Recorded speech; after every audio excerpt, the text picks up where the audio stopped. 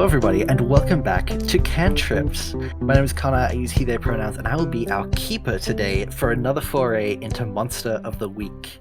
And today I am joined by my cast of guest players who will be taking part in our adventure. Hi, I'm Hey Hey. I use they, any pronouns. You can find me on Twitch or YouTube as Hey Hey 13. I am playing Maze Carter, who uses he, him pronouns. I am Meta. I use he, they pronouns. You can find me Meta Ounce on most platforms, and I'm going to be playing Lara Vidal, who uses she, her pronouns. Hi, I'm Puffin. I use he, they, and she pronouns. I am findable online pretty much anywhere as Hoarding Puffin, and I'm playing Felix Amelung, who uses he, him pronouns. So today, unlike 6 Feet Under, the last horror one-shot that I ran, we don't have as many trigger warnings, but we do have a few trigger warnings for decay and reanimation, and a slight trigger warning for insects. But other than that, we're much more in the action-adventure territory than we were last time. And without further ado, I think we can jump into our adventure here.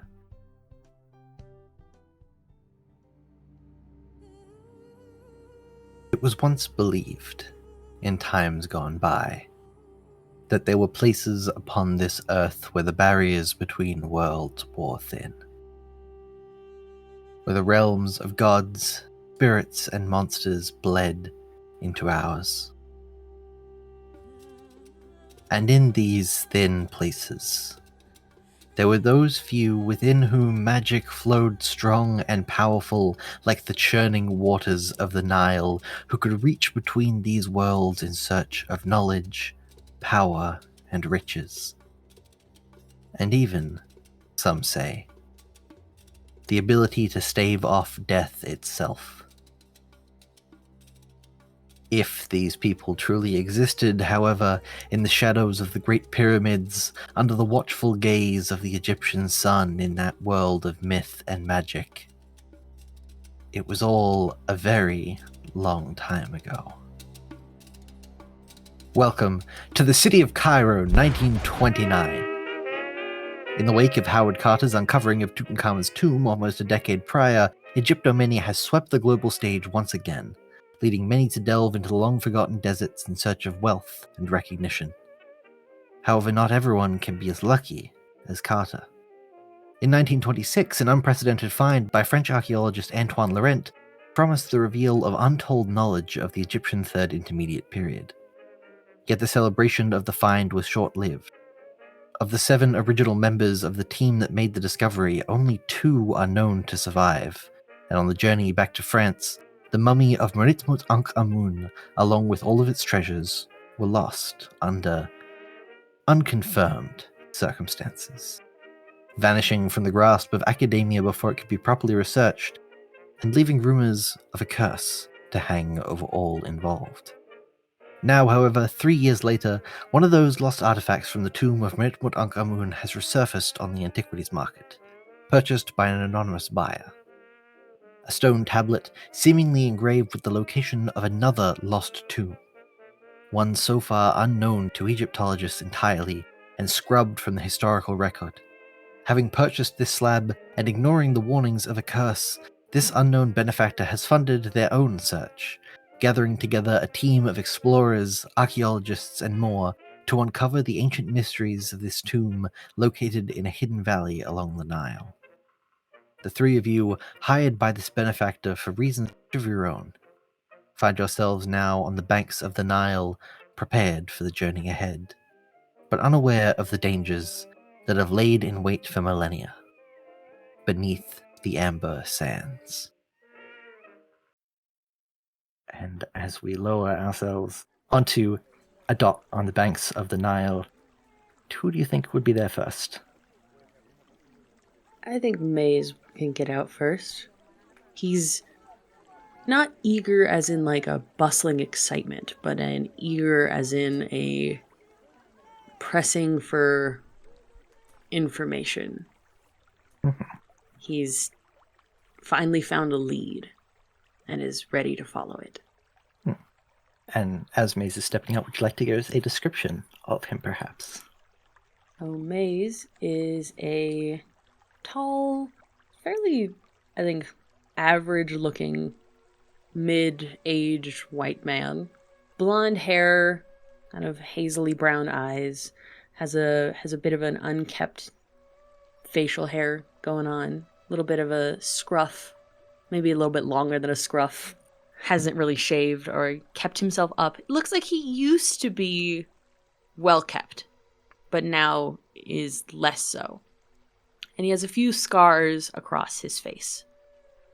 I think with Maze being the first to arrive, the dock itself that you've been told to meet at isn't particularly extravagant compared to some of the others that you've passed by. It's fairly simple slats of wood around which the tall reeds of the muddy banks are starting to creep up over the edge. I feel like Alara would end up like kind of on the dot sort of deal. Yeah. Mm-hmm. Would you like to describe Elara while we're here? Absolutely. She's of average height, more of a loose stature. She walks with a certain like aloof confidence kind of thing. She's got about mid-length, warm brown hair. She's got probably more makeup on than you would generally find around one blue eye, one brown eye. Yeah, she's got a sort of I've got this attitude about her. Maze would probably, give a small nod of greeting, but maybe not quite say anything. Kind of a acknowledgement, but not quite hello. Laura would probably just look him up and down. Might count as a nod. Which I suppose leaves... Yeah, I think Felix shows up kind of like a caricature of the rabbit in Alice in Wonderland, in that he just mutters to himself kind of annoyedly about not being quite on time, and how he is, by his standards, too late to meet up. He's mid-20s, probably, round glasses, wearing sort of simplistic linen clothing, a red sort of neck scarf thing, and brown hair sort of tied into a paintbrush-sized ponytail in the back. And he's just holding some amount of papers and preparation material, probably. I think after maybe a couple minutes of the three of you standing on this dock, there is a sort of throat cleared from behind. Pardon me, I believe that you may be gathered in the wrong place. You see, this dock is privately booked for a current expedition. And as you turn around, standing in front of you are 4 people. There is a shorter, sort of rounder, older gentleman with graying hair and a pair of glasses, a much taller, broad-shouldered man, and an equally tall and broad-shouldered woman. The man has sort of darker red hair and a beard, and the woman is blonde with her hair tied back. And sort of peeking out from behind the shoulder of this woman is a fairly scrawny-looking younger man who sort of brushes some chestnut hair out of his eyes as he's blinking up at you all from behind glasses. Maze and Alara immediately, I think, would recognize that this shorter, older gentleman and the taller, red-haired man are Antoine Laurent and Joseph Mulligan, 2 of the members of the original dig crew that unearthed the tomb of Tutankhamun. And I think upon seeing both of you, there is a slight flash of concern, or perhaps even fear, in his eyes before he sort of regains his composure. Maybe it is you that is mistaken. We are also here on a private expedition. Private. I do not believe so. I was informed that I am the lead archaeologist on this dig. I can assure you I have the contacts to prove it. I don't know what sort of game this may be, and as he's sort of fumbling over these words, behind you in the water, a boat pulls up to the dock. It's nothing particularly extravagant, but a fairly typical small steamboat of the time, and as it docks itself, the plank comes out. And the benefactor of your expedition, Miss Annabelle Tassity, steps down. In the golden sunlight, the grey and turquoise and green embroidery of her shawl seems to ripple and shift like the Nile beneath her feet as she steps out, and she sort of adjusts the fold of her hijab just underneath the collar of the sort of tan expedition suit that she's wearing. There has not been any mistake, Mr. Durant. I am excited for you to meet the rest of our expedition team. Dr. Maeve Carter, Miss Vidal, and, of course, Mr. Amalang here will also be joining us. That was not part of the information you shared with me. I didn't find it pertinent at the time, given the extent of information that was conveyed in our conversation, Mr. Carter. Maze is clearly pissed off, but tightens his jaw and bites his tongue. There is a sort of awkward silence that falls across the group.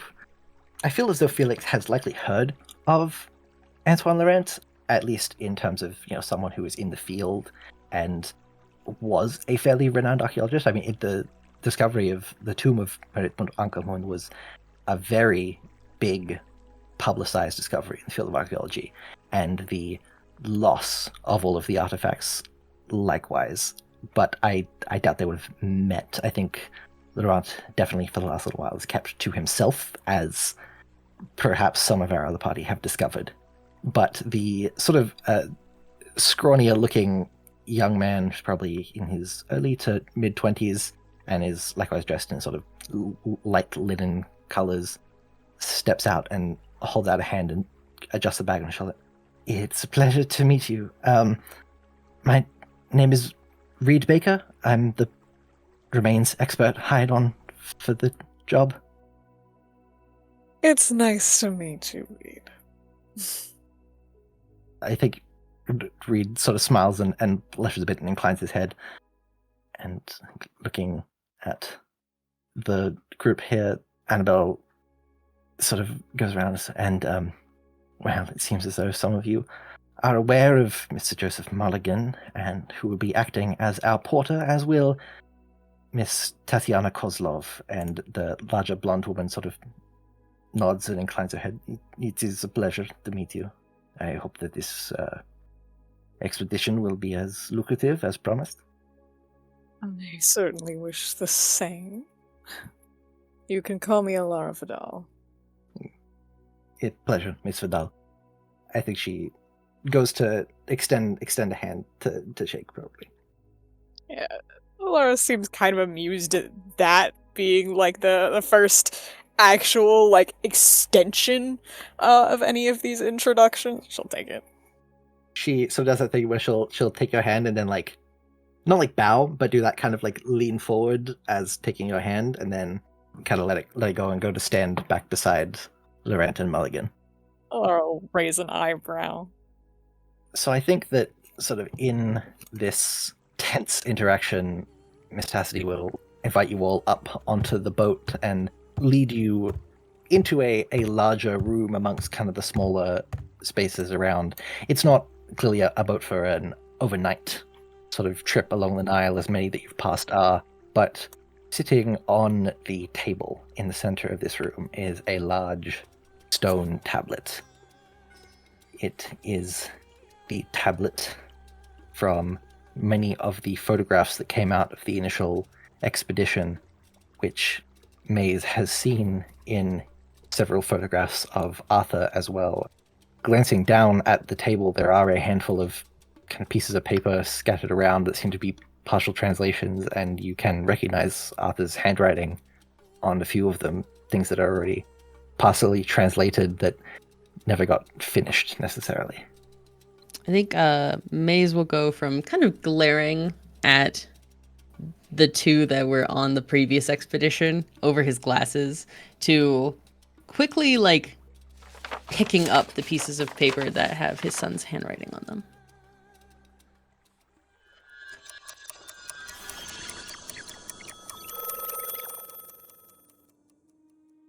Hello.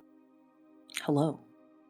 So, what do you think that May's day-to-day life looks like at this point in time? I think Maze went from a very respectable member of society to a bit of an outcast after the disappearance of his son, Arthur.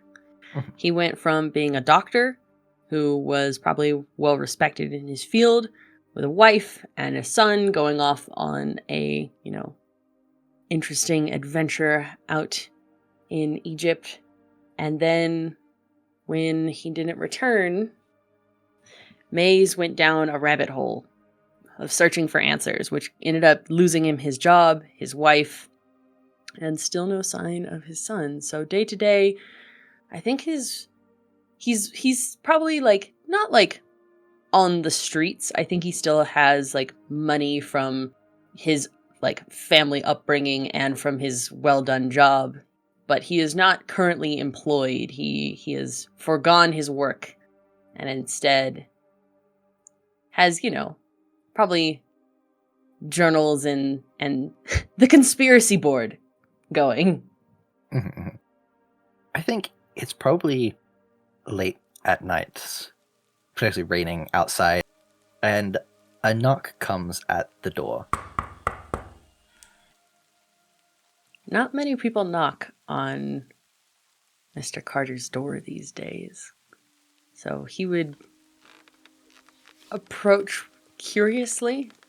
Maybe he's also a little prepared for one of the people he's maybe harassing to have finally sent someone to deal with him. So maybe he vaguely picks up well, I could have my fancy signature weapon. He holds his sword. I feel like it's one of those cool cane swords. I want a cool cane sword. Ooh, okay, I love that. He'll pick up his cane sword and vaguely be ready to unsheath it while he opens the door.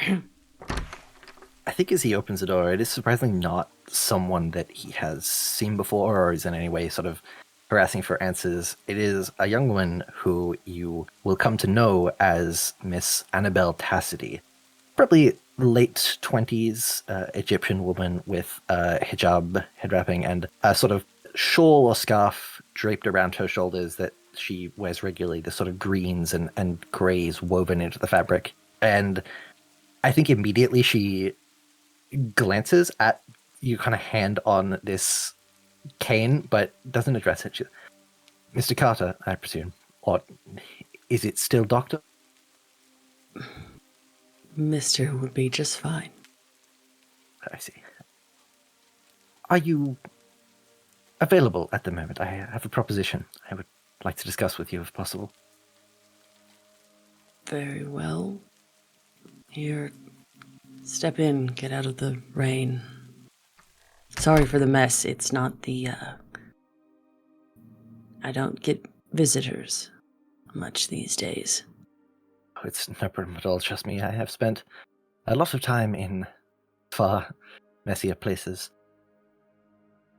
Mr. Carter, my name is Annabelle Tassity. I have recently come into a financial boon, might I say, and a project of mine is in the process of getting up off the ground.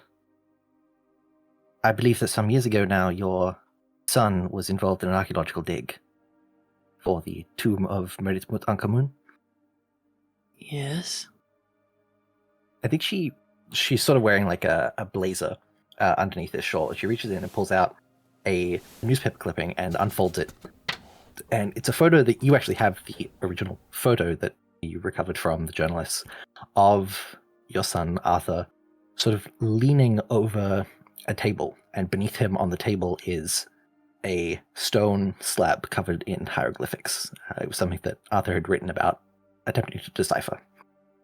I have come into possession of this slab. It details a location I would very much like to uncover, and from what I can tell, your son's involvement was key to its translation. I have been made aware that he is no longer with us. Missing. Missing, of course, yes. I think she holds your gaze for a second when you say missing, but doesn't push further on that aspect. Mm-hmm. If it would be agreeable to you, I would very much like to have you on this expedition to find the tomb as listed. I'm no translator like Arthur was. No, but from my research, you are an incredibly capable doctor. You seem to have been following leads on many of the other artifacts that have gone missing from the dig that this slab came from. I do believe that you would be a valuable asset, even if not from an archaeological standpoint. He kind of considers for a moment, but then nods. Very well. Very well. It is exciting to hear that you're up for such an expedition, Mr. Carter. And I think she, again, kind of reaches into her coat pocket and pulls out an envelope. This contains most of the documentation. There are a few forms you may need to sign, but that can all be dealt with at a later date. You will, of course, be reimbursed for your time as well, provided everything goes well, and if possible, I do wish that such an expedition could shed some light on the missing status of your son. I pray it will. And she reaches out a hand to shake it. It's a pleasure to have you on board with us, Mr. Carter. And he'll reach out and shake her hand, though he doesn't say anything.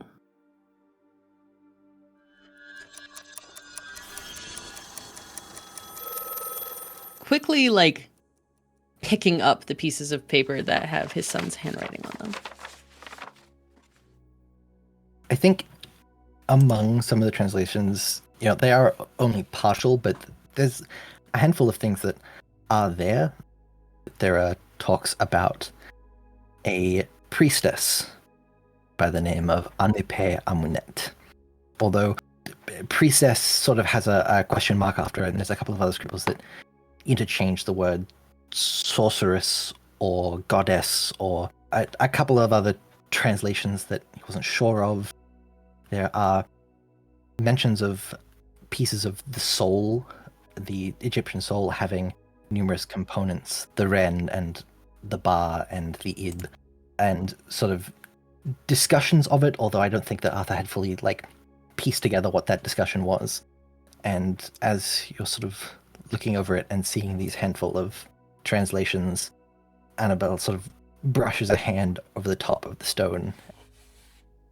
He was doing a fantastic job, Mr. Carter. Given the time spent with the object itself, the accuracy of the translations is quite talented in his field. He had a journal. You wouldn't have happened to have come into possession of that with this tablet, would you? I can't say so, no. I apologize. A handful of objects alongside the tablet, mostly a few funerary masks, pieces chipped off of the initial sarcophagus, and this. And she sort of reaches below that green shawl and pulls out the small amulet on the end of a chain. It's not a recognizable kind of symbol that you can tell. It seems to just be a sort of gold medallion on the edge of this silver chain.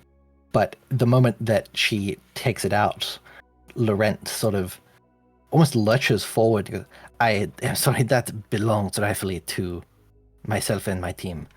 I don't know how you got your hands on that. That was not one of the catalogued missing items.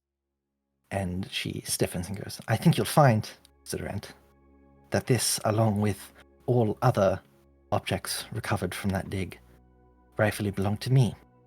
And she slips it back into her jacket and goes, I am aware that it may seem as though I am leading you all on an empty chase.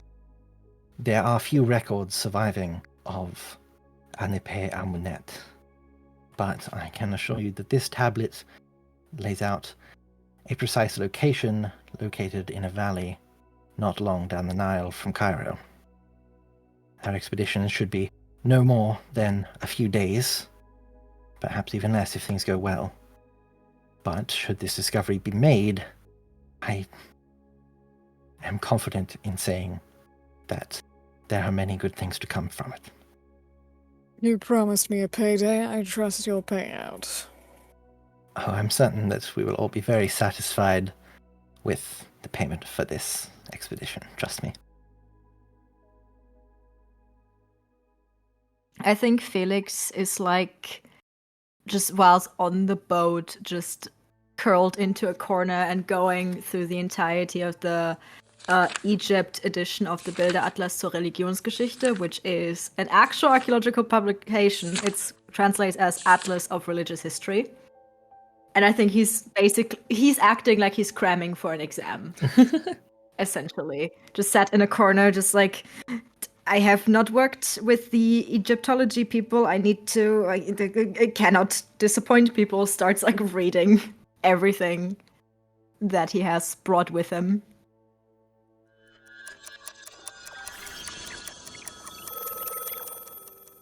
Hello, hello. Hello. What do you think Felix's day-to-day looks like? Probably a lot of just being at the institute, the Archaeological Institute of the University of Göttingen in Germany. Visiting lectures. Probably, they had at the time already a lot of like originals.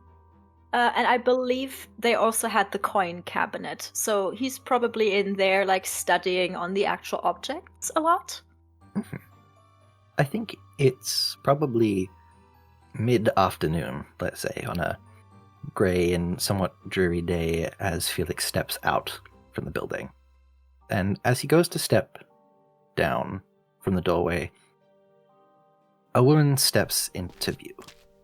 She's a Egyptian woman in her late 20s, wearing a kind of beige hijab with a green shawl draped around her shoulders, with greys and teals woven into the fabrics that seem to glimmer and shift in the grey sunlight coming through the dappled clouds.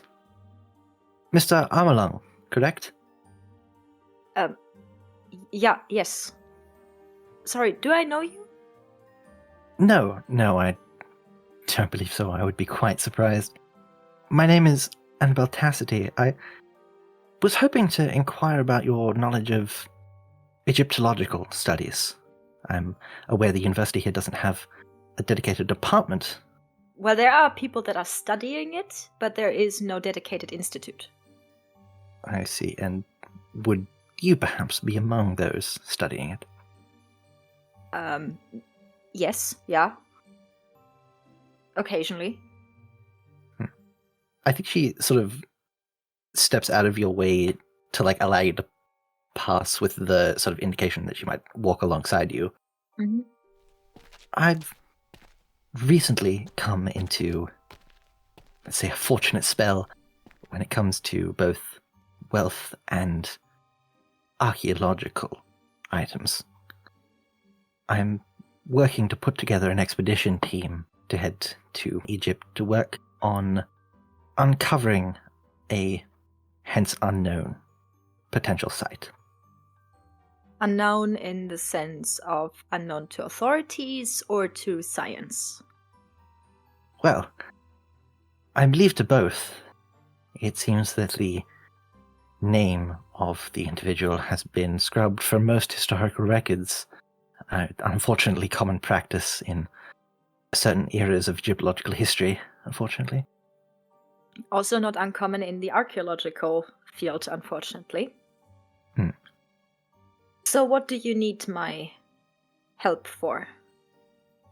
In collecting experts, let's say, to join me, I seem to have found many are lacking the professionalism I would require when it comes to the handling of artifacts. You see, many institutions here are quite set on the idea that they would like some of the artifacts coming back with them once the job is done. But I have heard positive things about your studies through certain avenues. That is that is nice to hear. Both that you have heard of my research and that you also support the objects staying in their country of origin. Unfortunately, few people seem to share that opinion, at least in Europe. Very small number, I've come to learn, and she definitely has like a barely disguised contempt as she says this. You will be paid handsomely for the expedition. I need you to understand. It is just that compensation will not be made in terms of the artifacts themselves.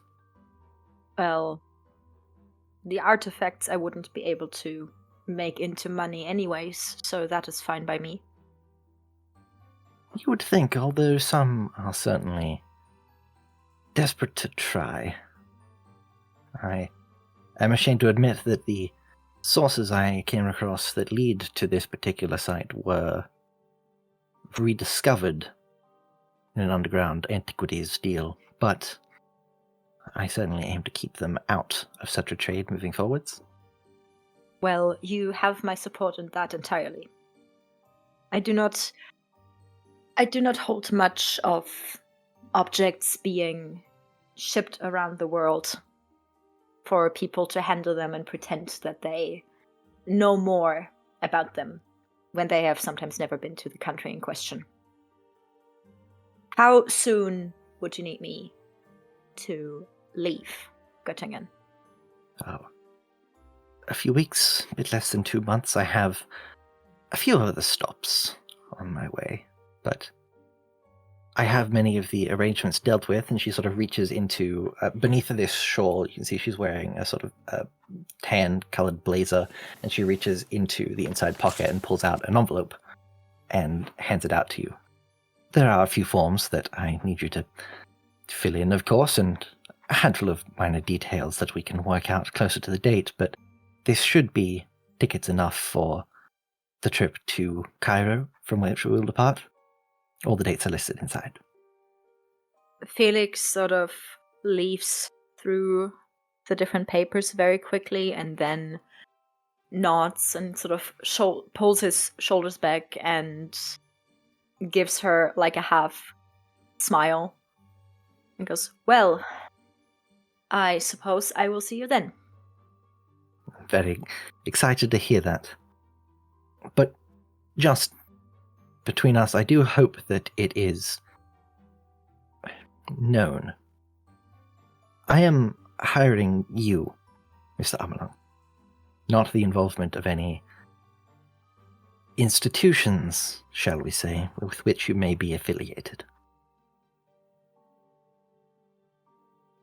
That is both understood and fair. I think she smiles and nods, and maybe after, a few more words, splits off from your walk, allowing Felix to continue on his way. Mm-hmm.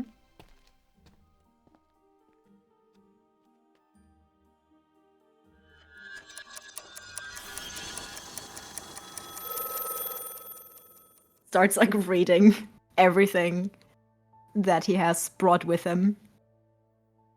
I think as you're scanning through things, Annabelle perhaps coaxes you to look over some of these texts and translations and other references to the potential tomb and priestess you're going after, from what you can tell, there are a handful of discussions of.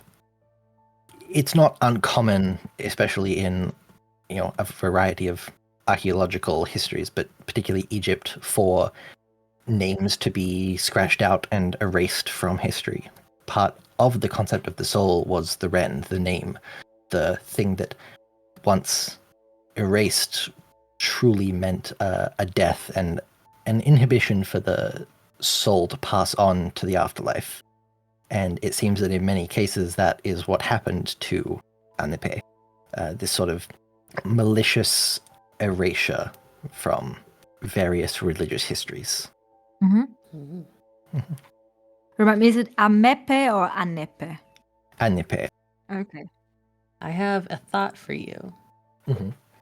I feel like Maze would be kind of opposite end of the room of Anton and Joseph, glaring at especially Joseph, I feel like glaring at each other.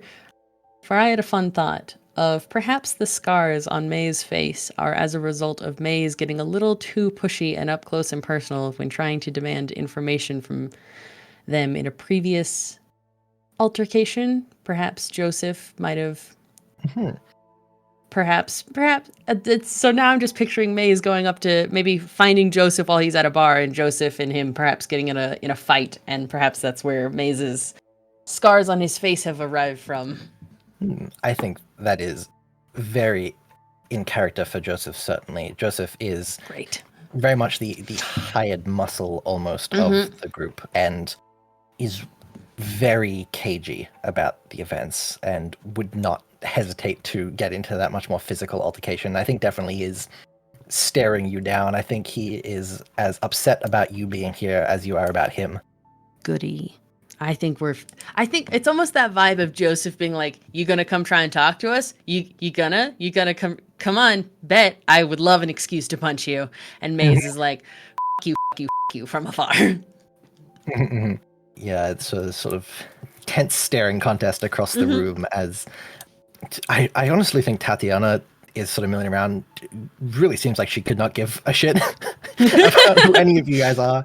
She is there as another one of the porters, and basically she has no stake in your beef.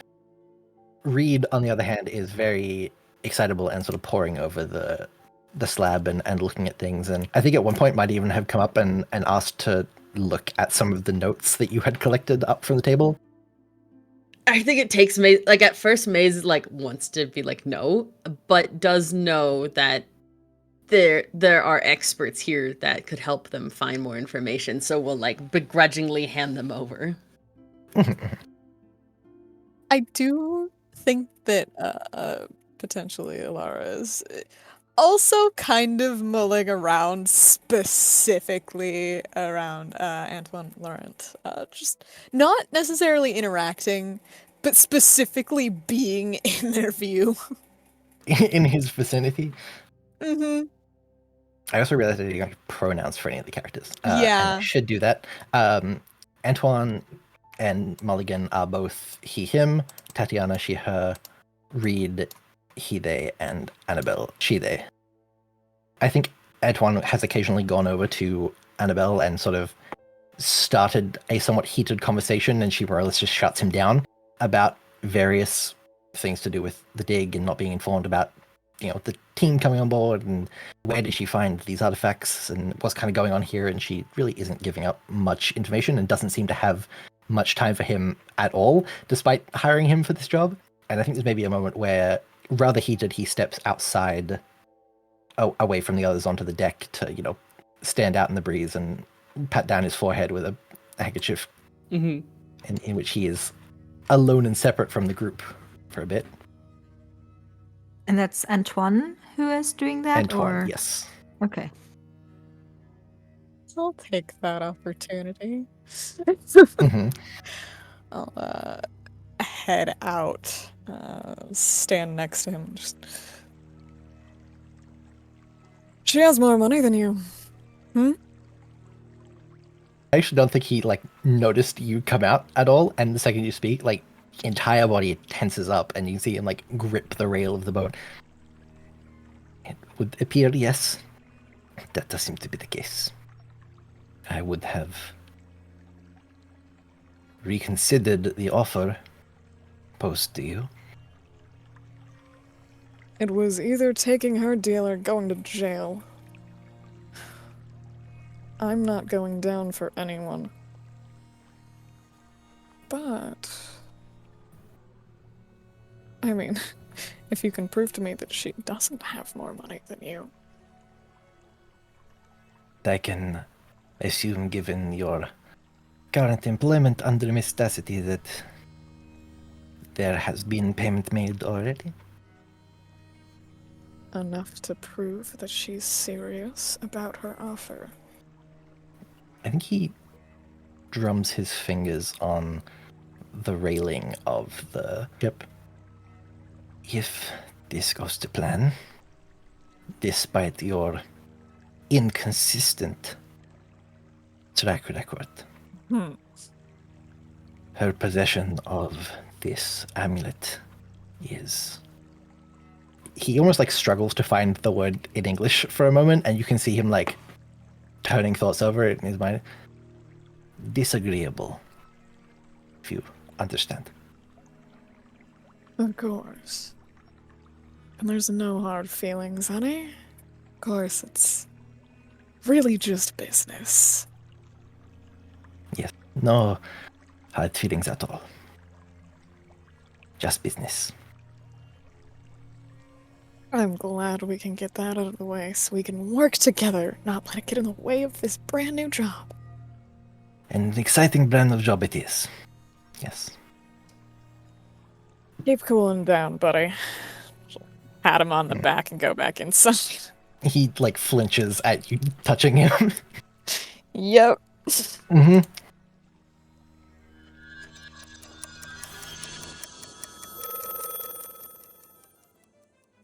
Hello, hello. Hello, it's me. To summarize, you have been hired of late, Alara, to steal back an object from a particular target. Mm-hmm.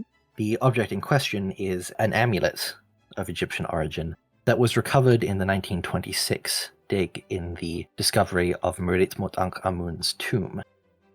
Unfortunately, the job itself, quite rarely for Alara, has gone south. Do you have any thoughts on why or how it may have gone south? May I ask if this amulet in particular has any spooky happenings that may happen surrounding it directly? Yes, it does. I think when you've broken into this place, and surprisingly for the value of this amulet and of the other artifacts that you've been informed are in possession, the room that you've been asked to break into is at a fairly lavish hotel, but it's not an expensive room. And as you go to pick it up, I think that there is an overwhelming sense of mourning that hits you. Okay. Is it a specific type of mourning that I get, or does that also translate to my own feelings on top of that? It's an angry mourning, if that makes sense. There is rage beneath the sadness, and sort of in that moment of it overcoming you, you can feel in the room around you as things begin to rattle. Okay. If things are rattling, I'm probably gonna get out of there as fast as I can, and I'm not sure that I would be paying attention to how careful I'm being. I feel like probably focused on the emotions that I'm feeling in this moment, and probably being reckless about it. The hotel room it's in a relatively nice part of Paris, overlooking some of the city. I think you've been brought out here by the man who has contracted you for the job. And as you're leaving through the kind of window through onto a large balcony that overlooks part of the city. In that sort of moment of focusing on the emotions, there are more witnesses than you initially realized. And it does not take long before there is law enforcement on the scene before you can sort of get to the ground. As I am on my way. I think as you're on your way, there are people starting to appear. Mm-hmm. I feel like, is there... Because I think that, like, her instinct is like, I gotta find, like, the nearest phone booth kind of deal to contact my employer. But there's not really a good route to the ground. Like, is there an alternate route kind of thing? There's probably a way onto the roof rather than onto the ground that you could take. The kind of outside of the building is, relatively ornate and decorated. You could probably try scaling some of that. Yeah, I'll try that. And as you watch, you can see your getaway car, inside of which your employer was waiting for you, drive away down the street, abandoning you as more and more police gather in the streets below. I think as you reach the roof, and you can hear below you as people are moving around, as you sort of glance down and then turn back to the roof, there is a woman standing there, almost as if waiting for you. A woman that you will come to know as Miss Annabelle Tacity, the benefactor of the expedition. She's standing there, silhouetted by the moon, with a sort of green shawl across her shoulders, and she sort of tilts her head. I believe that belongs to me, unfortunately. And I believe the roof is not a great place for a lady. And I think that perhaps any minute now, a handful of officers would be up here to tell us the same thing, wouldn't they? I suppose they would. And what exactly would you be telling them? Well, ideally, I'd like to tell them that there's no issue here. That perhaps you're an associate of mine. I understand that for whatever reason you're trying to get your hands on that little amulet there. There's probably a financial angle involved, and I can promise you that I am certainly wealthy enough to compensate you in any means necessary for simply handing it back. What strings attached? People aren't generally so kind as to be robbed from and just forgive and forget. That is true. Perhaps I'm simply forgiving after growing accustomed to being robbed, but you're right, there is a string attached, perhaps. You cleared all the security in that building rather effortlessly. I'm good at what I do. I wouldn't be hired otherwise. And if you are as good as you appear, I would like to hire you in turn. I have an upcoming expedition. Now, perhaps thievery and burglary isn't on the cards, but someone with those skills would come in quite useful for what is to come. The kind of expedition you wouldn't mind having a criminal on your team for? Well, what are archaeologists if not criminals with degrees? Oh, I like the way you think. I am glad. It means it's quite likely we'll work well together. Now, I would estimate that we only have a few minutes to continue this conversation. Are you interested, Miss... Vidal. Alara Vidal. It's a pleasure, Miss Vidal. My pleasure is all mine. She'll hand it back. I think you probably noticed that as she takes it, the feeling that you had felt before does subside as you let go of the amulet, and she doesn't seem to respond to anything in the same way that you did. Or at least not, she doesn't display that there is any sense of emotion from the amulet. Sure. Is it something you're accustomed to? This amulet, is it something you hold? She gets, for just a moment, an almost sad look in her eyes, and that quickly sort of fades away, and she smiles. Yes, you can say that. I am very accustomed to looking after it. She actually reaches up and she clasps the amulet around her neck and sort of tucks it in beneath that green shawl. As well, it is very exciting to have you on board, Miss Vidal. It's nice to have a set-up job. Well, I can assure that this job should, hopefully, be quite rewarding, should it come to completion. And are you prepared for the pushback that would come from my previous employer? She gets a very, I don't know if mischievous is the right word, but almost satisfied smile. Oh, I am more than happy to handle any pushback that may come from your previous employee's involvement. It's something I like to hear.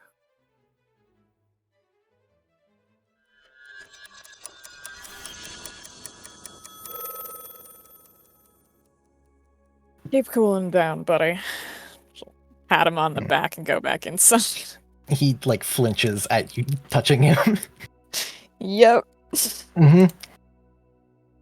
I think back inside, as you can see Reed kind of looking over some of the texts and discussing things with Annabelle and probably drawing Felix into the conversation, there is sort of more translations that you're able to pull apart from this slab. There is directions from a specific point on the Nile and landmarks that you can decipher sort of the beginning of a valley, which previously has not really been considered as somewhere that there would be tombs. It's not associated with any particular period or burial practices. And there is also more information on Anipe Amunet, this powerful priestess or sorceress or goddess, as Arthur noted down, who was said to have been able to commune directly with the world of spirits and the world of gods, who was powerful enough to split the Egyptian soul into pieces and store them in various objects to prevent the whole from dying. This idea of true death not really being possible if part of the soul was kept separate, particularly the Ib and the Ba, the heart and the personality or the soul of the person particularly being separate from the body. But this meddling with the soul and with spirits was considered highly disagreeable to the established systems of power. The third intermediate period from which both of these tombs originate was a period of severe political instability in Egypt. It was a time in which the crown and priests and different sects were all vying for power and to show that power and to be considered worthy of rule and of admiration from the people. And it caused a lot of messy infighting between those sects, which this sort of seems to have been wrapped up in and swept under the rug in a lot of ways. There's probably a point where, it actually seems mostly chipped away and broken off from the slab, but there is discussions of Merit Tutankhamun, the initial tomb, and translations of why she has this. She seemed to have been a handmaiden almost of this, priestess. The term for handmaiden in ancient Egypt is still, actually to this day, fun fact, a very hotly contested term for what it means. The male equivalent is actually guard or bodyguard, but the feminine equivalent was sort of just branded as handmaiden. So, it's unclear from the small slab of text that you have if she was a guard, and perhaps that's why she was kind of protecting the location of this tomb, or if it was a more, handmaiden assistant scribe role. It's sort of murky. The close female companion is essentially what it means to Anipe Amunet. But this is sort of the backdrop for what you can gather from this slab as you pull up to this spot on the banks of the Nile. And even from the ship, you can see beyond the banks, the desert which stretches out seems to slope down into this ravine almost through the stone. As you all step out from the ship, anchoring in the mud and moving out through the desert. I say while they were like discussing things, Maze is not very interested in the history, but is like paying attention. Mhm.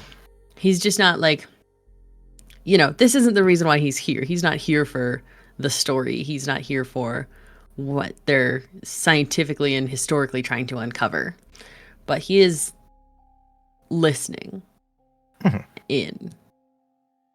As we sort of move through the desert and lower into this ravine, it's probably getting darker. The journey is a couple of hours down the river, and stepping out, by the time you arrive at this sort of point between several distinct landmarks in the stone, the sun is starting to set and its shadows are cast across this deep chasm in the landscape. And there is a small mark on the wall of stone, a sort of small gap almost in the rock, like someone has borne a small hole into the stone. Does that small hole happen to look roughly the size of a golden amulet someone is wearing? It does not. It much too small for the amulet, but I think if Mace goes up to kind of have a look at it, it seems probably deeper than you would imagine, like something that you would press an amulet to. Mm-hmm. But sort of above the hole, as you look closer, was a hieroglyph etched into the stone. Actually, a couple of hieroglyphs, and I will grab them right now. So these are 3 distinct hieroglyphs. One is the Egyptian Ankh. It's sort of almost a cross with a loop at the top. The second almost appears like an obelisk with a rounded base, and beneath it a sort of cupping base to the end of that obelisk, and a crook, or like a shepherd's crook almost, that a line that is curved back on itself to the right at a slightly shorter length.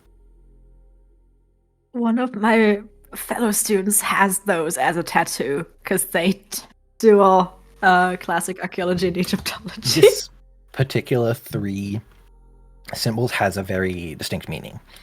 That's why I'm like not saying what they mean, because I feel like it's cheating. Oh, you can say if you know, like, and that's also something that I think Felix would know. If you knew what they mean, I think that Felix is the person to step out and be like, hey, there's this. Well, I know that the Ankh is associated with life, and the Uja, I think, is associated with like prosperity or stability. I think the last one would be a Seneb, I think is how you say it. Mm-hmm. And I think it is... I've heard it both associated with protection and health. I'm not sure. I think health, but I've heard both. Yeah, that's exactly it. Ankh Lenja Seneb is a fairly common phrase in Egyptian descriptions. It's usually associated with pharaohs, at least in written record, because it's kind of tacked on to the edge of their name. But in translation, it's almost like well wishes. It translates directly to life, health, and prosperity. And I think if like this thought process that you've walked through is kind of Felix going through it, as you like say the words and like say each of them out loud, that small little hole inside of the ravine begins to splinter and crack outwards, and the stone kind of crumbles away, revealing this long, dark hallway into the side of the ravine. Felix said it in Egyptian or in English? I think he would have translated it to the language the majority of the group speaks. I think he's probably like muttering it in German to himself to like reassure himself, and then he goes like, they mean this and this and this. Like translates it to the group. Mm-hmm. I think his initial reaction to it breaking open is just hasty step back, hands up in the air, just I didn't touch anything. Well, whatever you did, it was good, apparently. Touching or not. I don't know if this is good, but I am very confused as to how this was possible. And Maze is definitely looking at like Anton and Joseph, sussing out like, is this a surprise to them? Are they surprised that something was just spoken aloud and opened an ancient ravine? They are taken aback, but not to the extent that Tatiana and Reed seem to be. Cool. Like, there's a surprise that this has happened, but it's not the kind of like, oh shit, how did that happen? Look, almost. Mm-hmm. After recovering from that shot, I think that Mulligan sort of begins digging around in bags for flashlights and torches and lanterns and things like that. If you kind of look at the entrance along the ground, sort of beyond the sand at your feet where it transitions into stone in this cave, there are almost lines of more hieroglyphs, which probably just from reading through books Felix would recognize as it's almost like a protective ward. It stops malicious spirits from passing through. So like nothing that would be like out of the ordinary for the location, probably, in terms of what is inscribed there. Probably not. I think that, it's not uncommon for that to kind of be on a tomb, especially a concealed one. Just sort of the ancient Egyptian equivalent of stopping demons from getting into the tomb, keeping malicious spirits and entities out of this place. Annabelle sort of starts to unpack some of the gear from the tents and starts to set things up and goes, now, I unfortunately regret to inform you all that I didn't come all this way just to go in there myself. I will take some time to set up a small base camp for us here whilst you investigate further. Very well. Maze will grab a flashlight. As you guys move into this tunnel, it is for quite a while almost just like a cave. It then gradually opens out into more of a hallway, and they're actually in the walls unlit torches that are maybe as you're going through. I think Mulligan goes through and starts trying to light some of these wooden torches on the walls to provide light, and you can see where the stone is carved into shells and bricks and has hieroglyphics inscribed across the walls. And as you go in further, you all get to what seems like a doorway, I suppose, with a slab covering it. There is clearly an arch built into the wall, but where a door would be is just stone. Is there any kind of writing on it? No, it just seems blank. And it's like smooth, there's no like cuts through the stone or anything. Looking at it, what you can see, it looks like just a big single piece of slab set in the doorway. Hey, Felix, you want to do more of that funky magic you did? I think Felix sputters for a moment and like tries and probably fails at playing over it by like fumbling his books and just mutters something about like, it was not magic, I just translated it, that is not magic, that is not what magic is. But he is gonna look if there's like anything seemingly that might be read aloud. He's just looking. He's making archaeological peepers. Sort of around the walls that you've passed through, there are paintings and carvings, but most of them just seem to be sort of general kind of tomb decoration and the usual sort of, journey to the afterlife style paintings that you would find in this sort of tomb. But the door itself is suspiciously devoid of any decoration. I think Felix is gonna like very carefully put his hand on the slab. Like he wants to feel over the surface if there's any like irregularities that you can't really see. As you put your hand to it, you feel it shift ever so slightly inward. Shifting back or? It's like shifting back into this door frame, and it feels a lot lighter than you would imagine a piece of stone to be. I think he stands there for a second, just completely still with the hand still on the slab of stone. And then he's gonna turn back to the group. All right, there is a chance that this is going to send everything breaking down. But I would suggest pushing this. And just points over his shoulder at the slab of stone.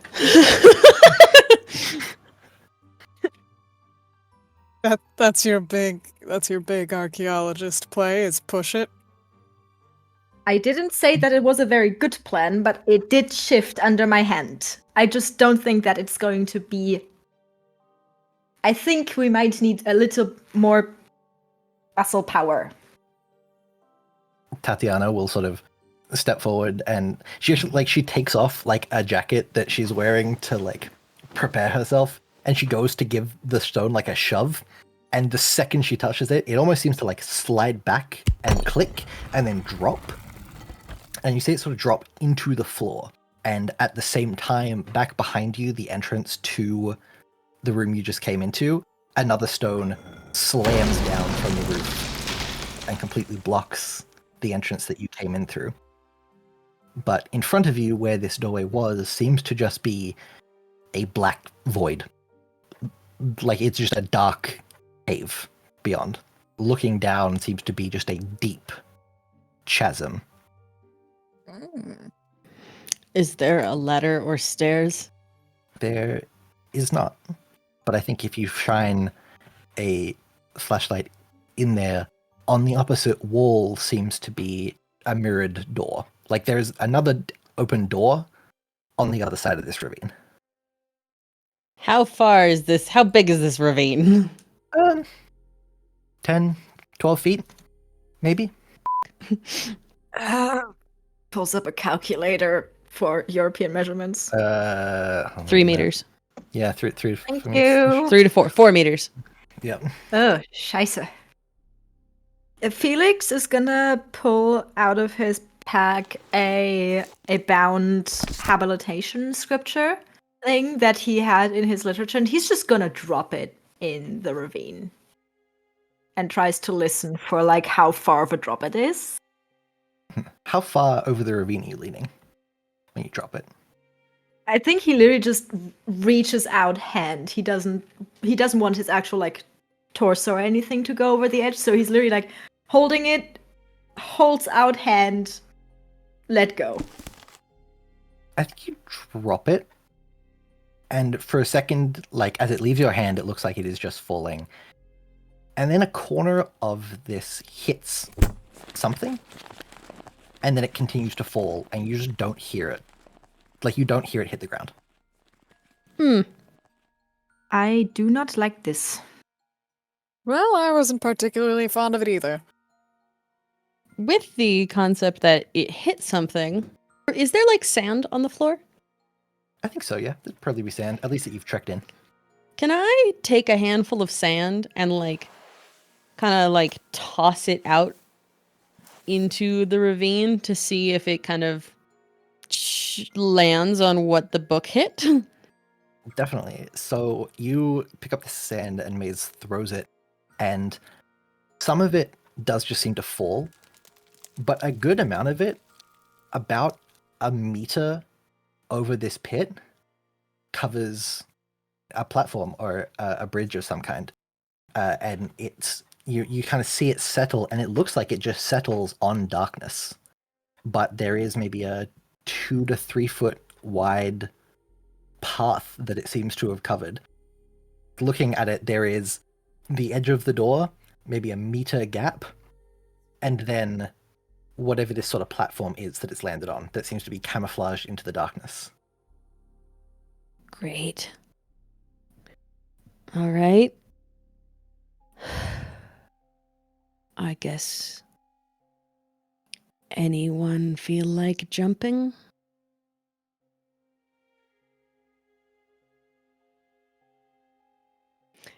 Okay, and there's no takers, so Maze is gonna go fucking do it himself. Oh god. Looking at you like you're crazy. Maze kind of like is like, all right, fine, and kind of like rolls up his sleeves, and like I think Maze is like not like a particularly athletic looking man, but like decently averagely in shape, tall man is gonna take a few steps back, and it's kind of funny because he is still in like nice-ish pants, nice-ish shoes, a linen shirt, some suspenders, but he's gonna do his best of his old, I don't know, Oxford days when maybe he played rugby or some shit, and I'm sorry. No, I'm on board. I love this for him. And runs and tries to jump the meter gap. Mhm. I should maybe like roll or something for that, I think. I was gonna say, can I get you to roll? I feel like this is possibly an act under pressure. Okay.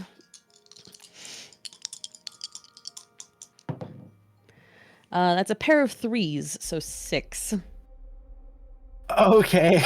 That is a failure. Yeah, I get a mark experience. You can go ahead and mark an experience. I think that Maze does make the jump. You make this jump, and your feet make purchase on this platform, and then slip on the sand that you had previously thrown on the platform. And I think you land, and the slipping and the overbalance, you basically trip forward and hit what seems to be a bridge going across from that kind of meter gap to the door, but like only half of you lands on this bridge and the other half kind of lands over into the pit, and you sort of barely manage to grab purchase on this bridge, with the rest of you just like dangling over this chasm into the darkness. Cool. First roll, nearly fell to my death. I feel like it would be mean to kill you first roll. First roll, Maze falls into a pit. Goodbye, everyone. Dies. Roll a new character. Goodbye, so nice to have you. Everyone else just watches Maze jump, land, face plant, and then almost fall into the pit. Okay, so now I'm dangling over the edge of a pit. I think that Mulligan is not moving to help. And then after just like watching for a while, Tatiana will sort of step out, make that jump, trying carefully to go somewhere where there is no sand, and reach down and take your hand and pull you up. And Maze will brush off his sand-covered self and... Thank you, Miss Kozlov. That was a very bad jump, I want you to know. Well, no one else was gonna do it. Laura will applaud. And he will shakily, a little bit more nervous now, kind of like feel with his foot before putting weight actually on things to make sure he doesn't fall off the edge of this, and starts walking across the bridge. From there, the bridge does seem to just continue on. It is very nerve-wracking because this bridge is, to an extent that you feel should not be possible, completely pitch black. It's not invisible. From certain light, you can see where it ends and that there is something there, but whether it's painted or carved from the stone, it does not look from most points like there is a bridge there. But you follow it an inch along and make it through to this next door. Okay. We have to get the rest of the party over the gap. Yep. Okay, that's fun. Mm-hmm. Maze will, like, once he, like, determines that the bridge is, like, crossable, will kind of turn to Tatiana and be like, why don't we assist? And goes back towards the end of the bridge to, like, be ready to catch people. I'll get Meta and Puffin to also roll, but I would say, like, we'd consider this with a help out, perhaps?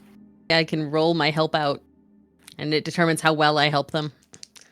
Let me see how well can I help. That was a 5! Okay. I suck! You're not helping, but Tatiana is there to help kind of get you guys over the bridge. If I could get Puffin and Meta to both make a act under pressure roll, please. I feel like Maze moves to go try and help, and Tatiana is like, bitch, please. I think Maze moves to go and help and almost slips back off the edge of the platform, and Tatiana's like, okay, you're going to stand over there by the door. And I'll help the others across. I got a 12. 12. Yeah, Oh my God! Surprisingly easily make this across. Like, it's not... You do not find it difficult at all. You just kind of jump across, and I don't even think Tatiana needs to, like, grab you and help you across. I think as soon as he's like not in the jump zone, like when it comes to crossing the bridge, he's gonna do that scooting on his knees and hands. He's not walking upright across a bridge he cannot see. He may not have seen The Mummy because it doesn't exist, but I have, and it gave me anxiety about bridges. That wasn't The Mummy, that was Tomb Raider. My bad. Wrong archaeology movie. Listen, I definitely stole this from one of the You Indiana s- Jones movies. Don't It's worry. an about Indiana it. Jones thing. It's the Indiana Jones thing. I know it from Tomb Raider. The point is he crawl. It crawls across. He doesn't trust his own balance. So real. I got a 9. Okay. I'm jumping into Tatiana's arms. Yeah, pretty much. You jump into Tatiana, and Tatiana manages to, like, very easily catch you and pull you, like, in close against her off the edge of the bridge. But I do think you probably, like, something falls out of your, like, pack as you jump across. Maybe, like, one of the lanterns that the group was carrying across kind of fell out and toppled in. Once you are settled and, like, stood, Tatiana will slowly, like, let go of you and make sure that you're balanced, and then scoot to the side to let you pass. Thank you, Tatiana. Anytime. She, like, nods a bit, and then kind of moves to stand back and help the other couple, members of the party across. I think maybe as a kind of follow through from Maze's initial failure of getting across, they, like, try to pass Maze's, like, pack across, and, like, a good amount of stuff falls out of it. Like things like bedrolls and clothes and things like that were in maybe one of the bigger pockets just sort of topple into the ravine, and you lose a lot of stuff. But it is eventually passed across to you. And as you step into this new room, there is, opposite you all, a small plinth, and on it sits a set of scales. In one dish of the scales, there is, along with a couple thousand years worth of dust, what seems to be a gold feather sitting on the scale. And on the other end, very clearly much heavier, a stone heart. Feather as in bird feather or as in like spiral feather thing? It's made to look like a bird feather. It seems to be made out of gold, but definitely seems to modeled after a bird feather. And actually, if you kind of look at it, it actually looks like it is part of that lower golden dish of the scale. Like, it's almost not embossed, because embossed is in, but like raised up. Like this design of a feather is set in the bowl. That's part of the soul things. Like, and Maze will kind of be like pulling from what he knows from his son and his son's studies and listening to Arthur talk about things excitedly. We'll kind of be like, that's part of the soul, the measurement of the soul against the feather of truth is the heart is weighed against the feather to see if you are good, and if you're bad, your heart goes and gets tossed and eaten by the crocodile dog. There's a creature, but it's the judgment of your soul. Reed maybe looks over at it and sort of crouches down and inspects and goes, yes, the heart is intended to weigh less than the feather of truth. But very clearly on the scales as they are set there, the stone heart is much heavier. So this was a bad egg.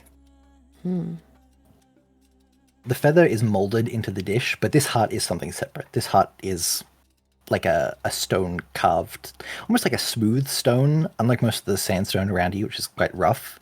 It's very clearly like polished and sculpted and carved. If we remove that heart, you think more doors are going to slam behind us? They very well might.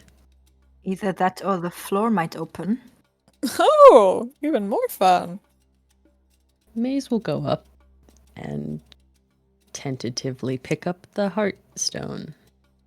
And as you pick it up, the scales shift and they creak very loudly because it's a very old little hinge.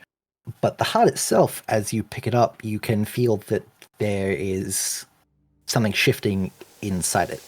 And even beneath your fingers, there are almost little shifts on the surface of the stone. But I'm a drop that heart. I think, like, genuinely, I think he is startled that the rock just, like, wiggled. You drop it on the ground and there's just like a stone, like, it sounds like dropping a rock onto stone, like it's a loud kind of clattering thing. It doesn't seem to break or anything, but it sort of rolls around. And as it does, you can see the force of hitting the ground. Part of the roundest part of the heart spins and it catches the light of one of the flashlights and you can see hieroglyphics carved into the part that is spun. Oh. Okay, he will tentatively pick it back up. Did the rock scare you? What happened there? It moved.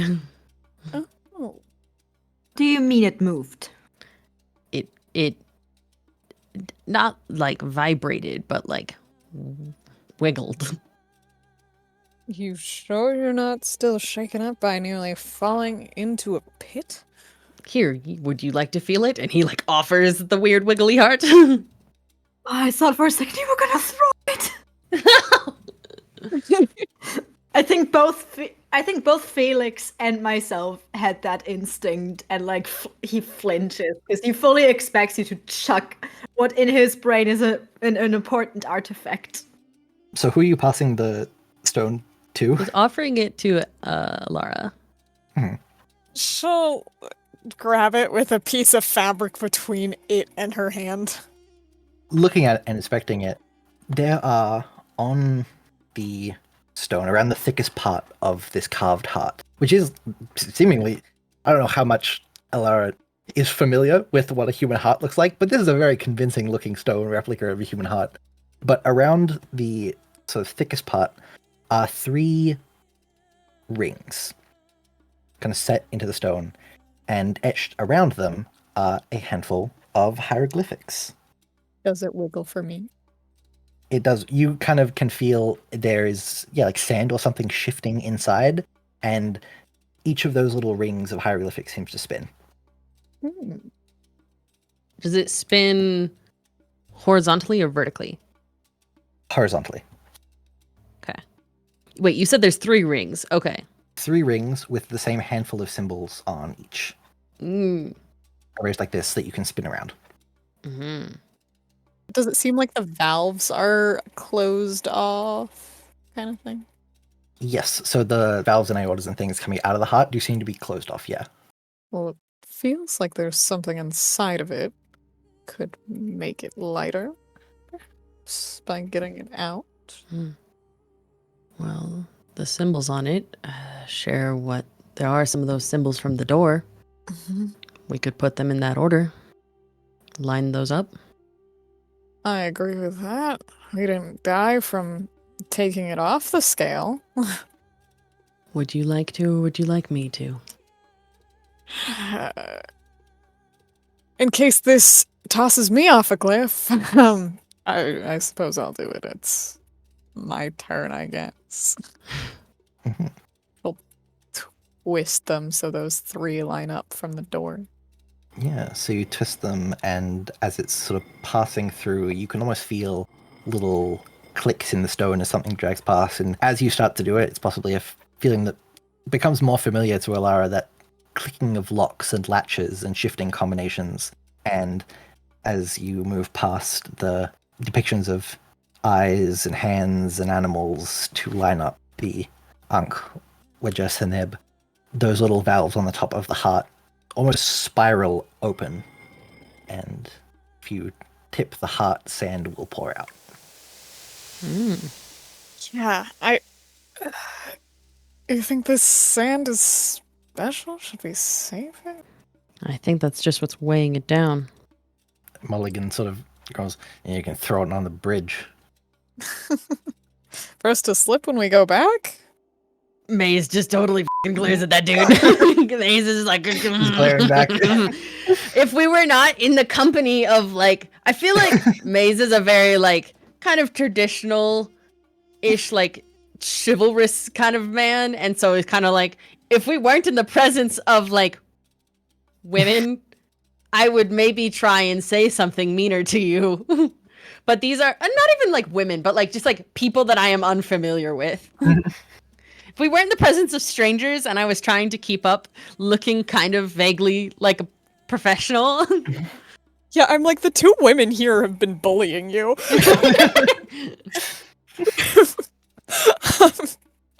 Yeah, she'll toss it out, do a little dramatic like pinch of sand onto the bridge behind them. So I just knock it on the ground. Hand it back to Maze. Be like, would you like to do the honors of putting it back? Maze will take the heart. Thank you, Miss Vidal. And we'll go put the heart back on the scale now that it is empty. You put the heart back on the scale, and for a second it lowers back down and then seems to balance up to an equilibrium, and then the stone part rises and the golden feather weighs it down. And as it does, behind the plinth that this scale is on, the wall seems to shift, and there is this horrible, deafening, grinding sound as the stone moves. And this kind of wall opens up into another dark room, kind of moving to the side almost, as opposed to the dropping down that the first door did. Maze and his trusty little flashlight gonna walk in. Go shine a flashlight in the dark hallway. It does open up into yet another little room. This one, though, as everyone sort of steps into it, you can hear the sound of trickling water. And casting the flashlight beam around, you do get reflections and glimmers. And as you step in and the light of all of these flashlights and torches fills the room, it feels like a room that shouldn't exist in here after so many thousands of years of being untouched. There are green fronds that come from these smaller plants and reeds and lily pads in these ponds of crystal blue water on the corners of the room. And it's almost a square room, and each four corners have a plinth. And sort of running between these plinths are these trickling streams of water, filled with lush greenery and pink and white flowers, and vines climb up the walls of the sandstone. Okay, you said there were 4 plinths? One on each corner? One in each corner, and as you look around, there are a handful of toppled statues on each, just sort of scattered around the room. And when the final person steps foot in the room, the doors back behind you again slam shut. And there isn't a door out of this room. But that rumbling comes back, and suddenly, from the ceiling of the room, water begins to pour into the enclosed space. Okay, time to go look at what's on the plinths. Yeah. Dash over to the next closest plinth. Split up. Mm-hmm. The closest plinth that Felix gets to actually has seemingly part of the remains of a statue on it. It almost looks like it's sort of cracked and fallen from like the shins of this statue of a person that is toppled into that sort of stream between the plinths, where you can kind of see the rest of this depiction of one of the Egyptian gods that's sort of broken apart just from old age. But the feet and the sort of slab that it's standing on are still on the plinth. This kind of square slab and the feet of the statue seem to be resting on this plinth. The other 3 aren't. The other 3 seem to be completely toppled from their plinths. Okay, so this is the only one that has like statue stuff left over. Did I get that right? Is there any like remains of broken down statue around the plinth? Do I see anything? In the water, which is now rising and quite quickly, I think probably maybe coming up to covering feet mid chins after the first sort of rush to plinths. The statue is different for this one from the others. Each seem to be a different depiction of an animal-headed god. There is a crocodile, and one is just like a statue of a woman. One seems to just be the statue of a man with this long hair that's sort of carved to look like reeds. The other one almost looks like it has the horns of an antelope of some kind stretching up from the heads of this human-like figure. So you have a man, a woman, a sort of antelope hybrid, and a crocodile-headed figure. And I find all of these in the water around my plinth, or are they like across the room? These are sort of across the room. Okay, that is not the kind of puzzle I need when there is water going into the room. And the only one that looks broken and like shattered is the one by Felix's plinth. The rest seem to be relatively intact, but they're sort of toppled and chipped. As you guys are sort of moving through, and the other couple members of the party are likewise scrambling, I think Reed starts trying to like push back against the wall you came through, and Tatiana is likewise sort of trying to pry the stones away the direction you just came. Antoine is sort of panicking and freaking out and trying to like step out of the water and up onto some of the toppled statues to get out of the way, and Mulligan is sort of lifting up bags to make sure things don't get wet. Maze feels something move past his leg in the water as everyone is wading through. Wait, can I see what just touched me? Not from above the water. Oh, I hate that answer. Maze will shout that something's in the water. I'm going to hop up onto the plinth. Mm-hmm. Yeah, same. I think you get a handful of muffled yelled responses. Felix, you climb up onto the plinth that you were standing on, and nothing seems to happen. But Alara, you scramble up onto one of the other plinths, and you feel it shift and sink ever so slightly. This thing's going down as I'm stepping on it. Is that a good thing? Do we all of them? Do they need to? Maze is gonna hop up on the one closest to him.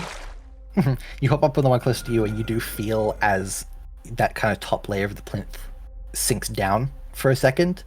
But as you guys are doing this and Mace is working that out, the water starts to rise up to the top of the plinths.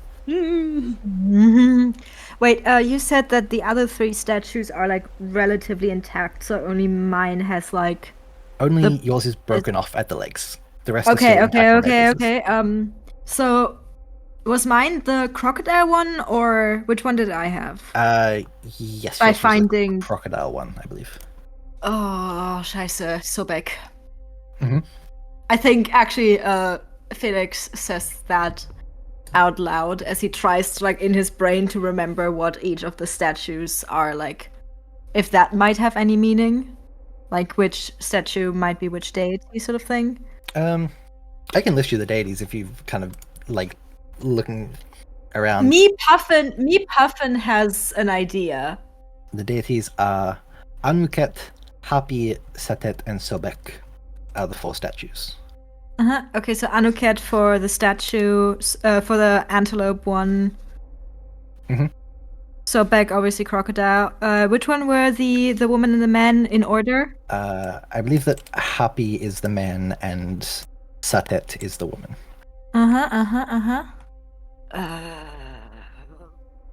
Wait. The guy with the long hair is Happy. Oh. I don't like that.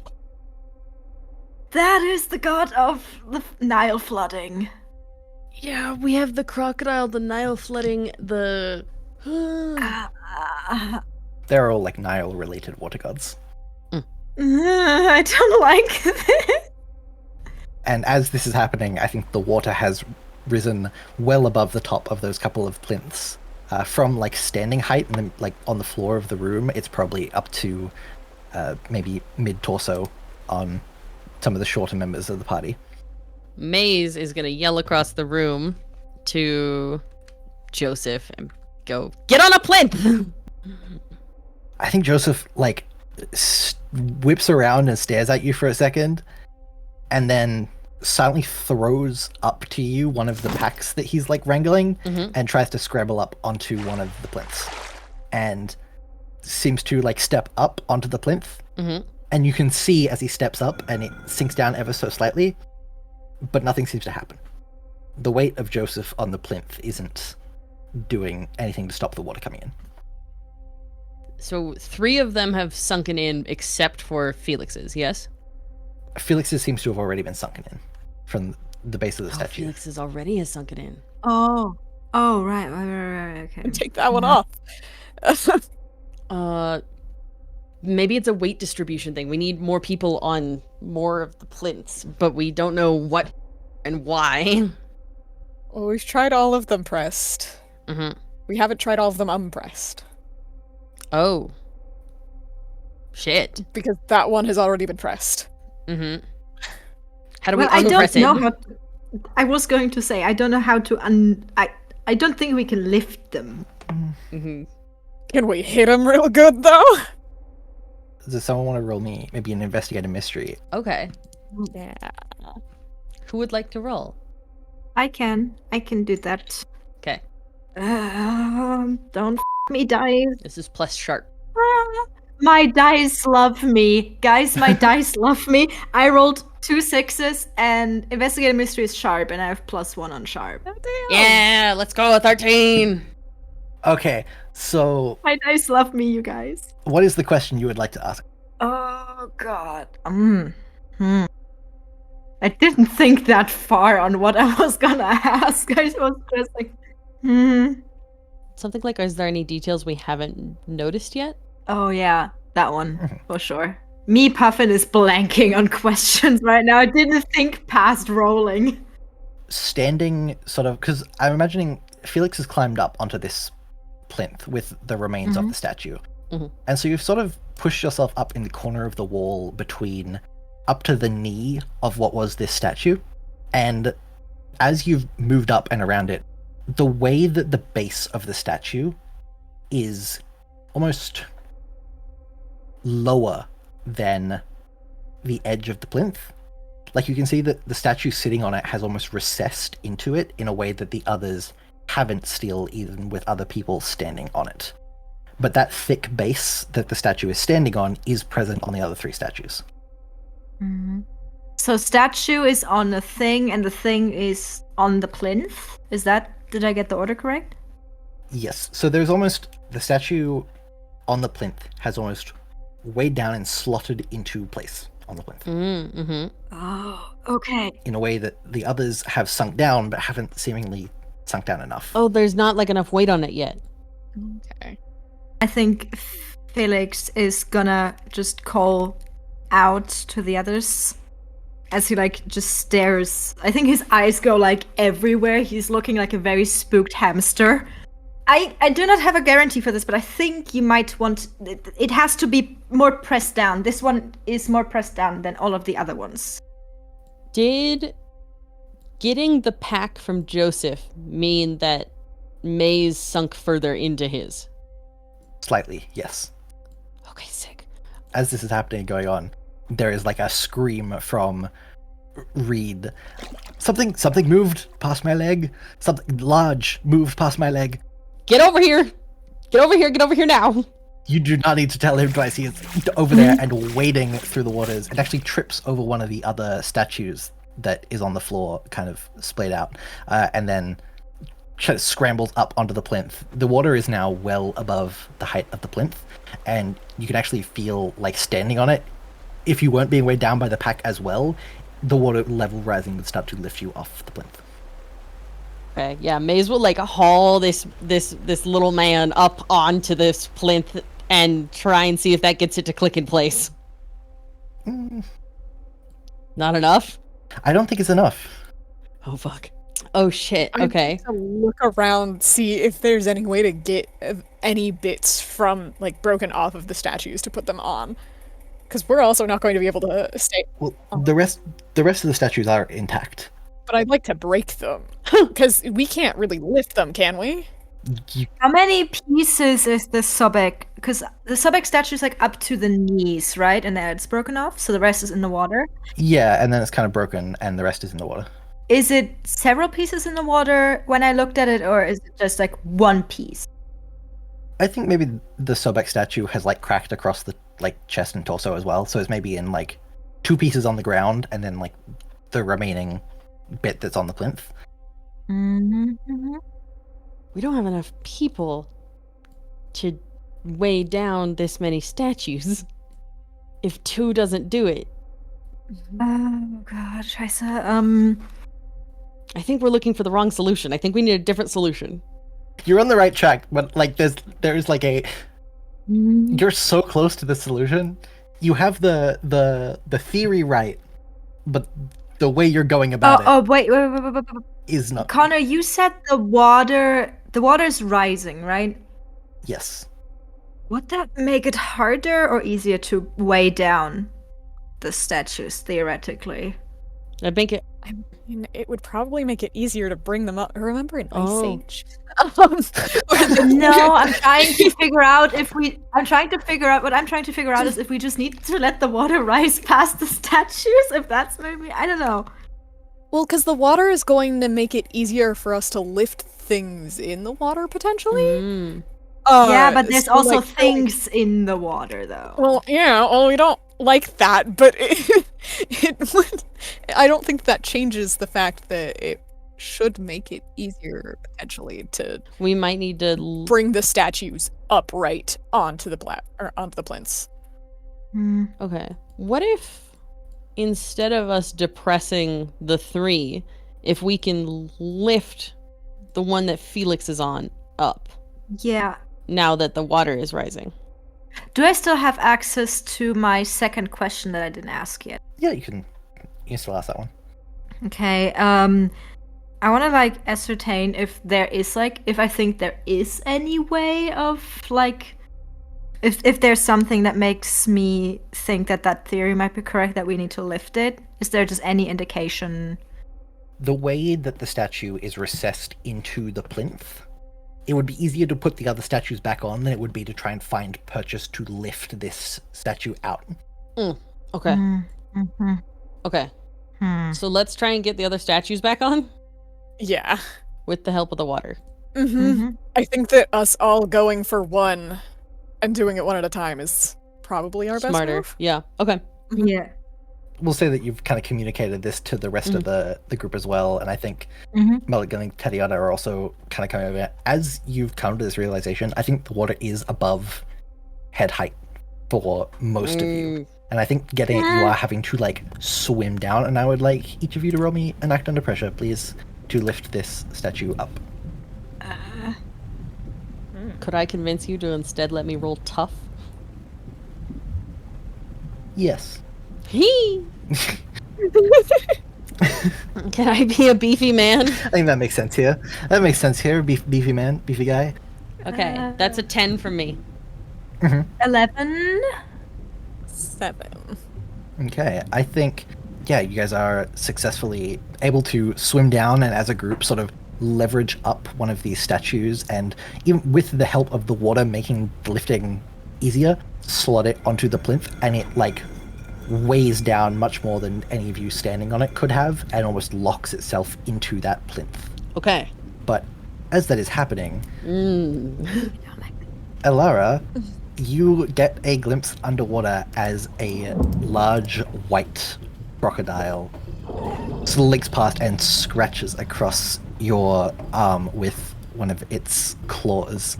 Not enough to deal you harm, but enough that you know it's there. God, he's a crocodile. I would say that the room is maybe 2/3 full of water now. Oh, we have to hurry. Okay. Are we rolling for the other ones as well? I would say just one more roll potentially. Okay. And like you can elect someone to roll that if you would like, rather than having all 3 of you roll. I can roll my tough again if you guys want. You want to be tough boy? Yeah. Yeah, I'm a tough boy. Mm-hmm. Oh, that's a 6 and a 1. But I have a +2. So a 9. A 9. Okay, 9 is still mixed success, isn't it? As you successfully get the second statue up onto its plinth altogether, as you are working to get the third one up, the crocodile seems to lunge out of the shifting water and crashes into... So it crashes into Reed, I think. I'm rolling on my little d4. And you see Reed disappear under the water. Like, you all surface, and then Reed goes back under, and there is thrashing. Oh no! And I think in the panic, like, it's as you guys are trying to maneuver it up. Shit! Scheiße, scheiße, scheiße, scheiße. I have a knife, but I don't know that I can attack a crocodile. I have a sword! I'm gonna bust out my sword and go for the crocodile! Okay, so you're going for the crocodile, which I will also add means that you are now no longer maneuvering the statue up. So by going for the crocodile, the room is still filling with water. You can see it like has its jaws clamped around one of Reed's legs and is trying to do a death roll as Reed clings to one of the statues. Ooh! Yeah, I'm gonna go in with the sword! That's to kick some ass, right? Kick some ass, yep. Okay. Alright. That is roll plus tough, I believe. That is a 9 again. 9. What's your harm rating on the sword? 3 harm, messy, heavy. 3 harm. I think because you are underwater, it is adding to the difficulty of it being a heavy weapon. Yep. And you definitely managed to stab this crocodile. And this crocodile is not happy about it. And it lets go of Reed, and you can see as like blood is filling the water from this bite on Reed's leg. And this crocodile, now with a sword sticking out of its side, redirects itself over to you and powerfully charges through the water and slams into your chest and wins you. And so you take 1 harm. Okay. But are also now underwater and have had the wind knocked out of your lungs. Oh! Oh, Cool. I don't like this. I don't like this at all. Okay. Neat. The other people trying to move the statue, if I could get you to roll an act under pressure to continue maneuvering the statue. Yeah, we've got 3 of the 4 moved, right? And we're just working on the 4th. Yep. Could we potentially try to bait the crocodile if we're having trouble moving it? Bait the crocodile into like slamming into the statue to help us move it upright onto the thing. You know what? I like that a lot. So yeah, what are you doing to try and bait the crocodile? I have a knife. I want to try to get its attention off of Maze also, so that he can actually get some air, maybe. Are we all on the same thing right now, or are we still spread out across the room? I think we all were on the same one trying to help each other. Because it's the last one, too. Okay. So if we've got people, like, already trying to lift it into position, into a way that, like, I can move around and be distracting at it in a spot where, like, if it goes past me. I do think also, like, you guys are like swimming. You guys are actively like having to tread water and swim to move this. Like, you can't stand anywhere anymore. So to move around it, you are having to go underwater and swim like around this half held up statue. And I think people are needing to like every now and then go up for breath and then come back down to try and push the statue and shift weight. You're trying to get the crocodile's attention, is what we're sort of ending on here, right? Okay. Yeah. I don't want to get close enough to necessarily attack it. The goal is not to harm it. The goal is to get its attention. I guess I know that we've been rolling a lot of act under pressure, but getting... I was gonna say, I think this would be an act under pressure. If you're not like attacking it, this is like quick thinking act under pressure trying to get. So yes, an act under pressure, please. That's a 10. That's a 10. It's 10. Okay. As it's collided with Maze and Maze is struggling, you are sort of thrashing under the water, and the glinting of the knife with the remnants of the flashlights floating on top of the water here gets its attention, and it shifts and pushes through the water with this huge swipe of its tail. As it comes towards you, you duck out of the way, and its body slams into this statue in a half upright position and knocks it into the plinth. You can all almost hear, echoed through the water, the grinding click as it sets into place. And where those sort of inset streams around the edges of the room were before, the floor drops out and the water begins to rapidly drain out of the room. As the water drains, this crocodile is almost caught up in the draining water and is pulled into this gap in the floor as water drains out. When the room is completely devoid of water, the floor slots back into place, and the wall opposite the wall you came in opens up.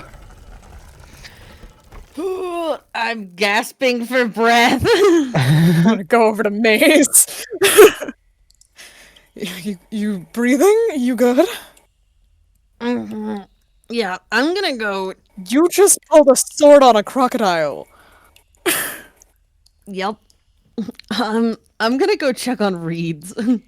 Reed does not seem to be doing good. Reed's leg is a mess of shredded flesh. Goody. I have a move I would like to do. Yes. I would like to DIY surgery. Mm-hmm. When you do quick and dirty first aid on someone, including yourself, roll a plus cool on a 10 plus. If it's all good, it counts as a normal first aid plus stabilize the injury and heal harm. On a 7 to 9, it counts as a normal first aid plus one of these of your choice. So I have like a checklist. Yeah.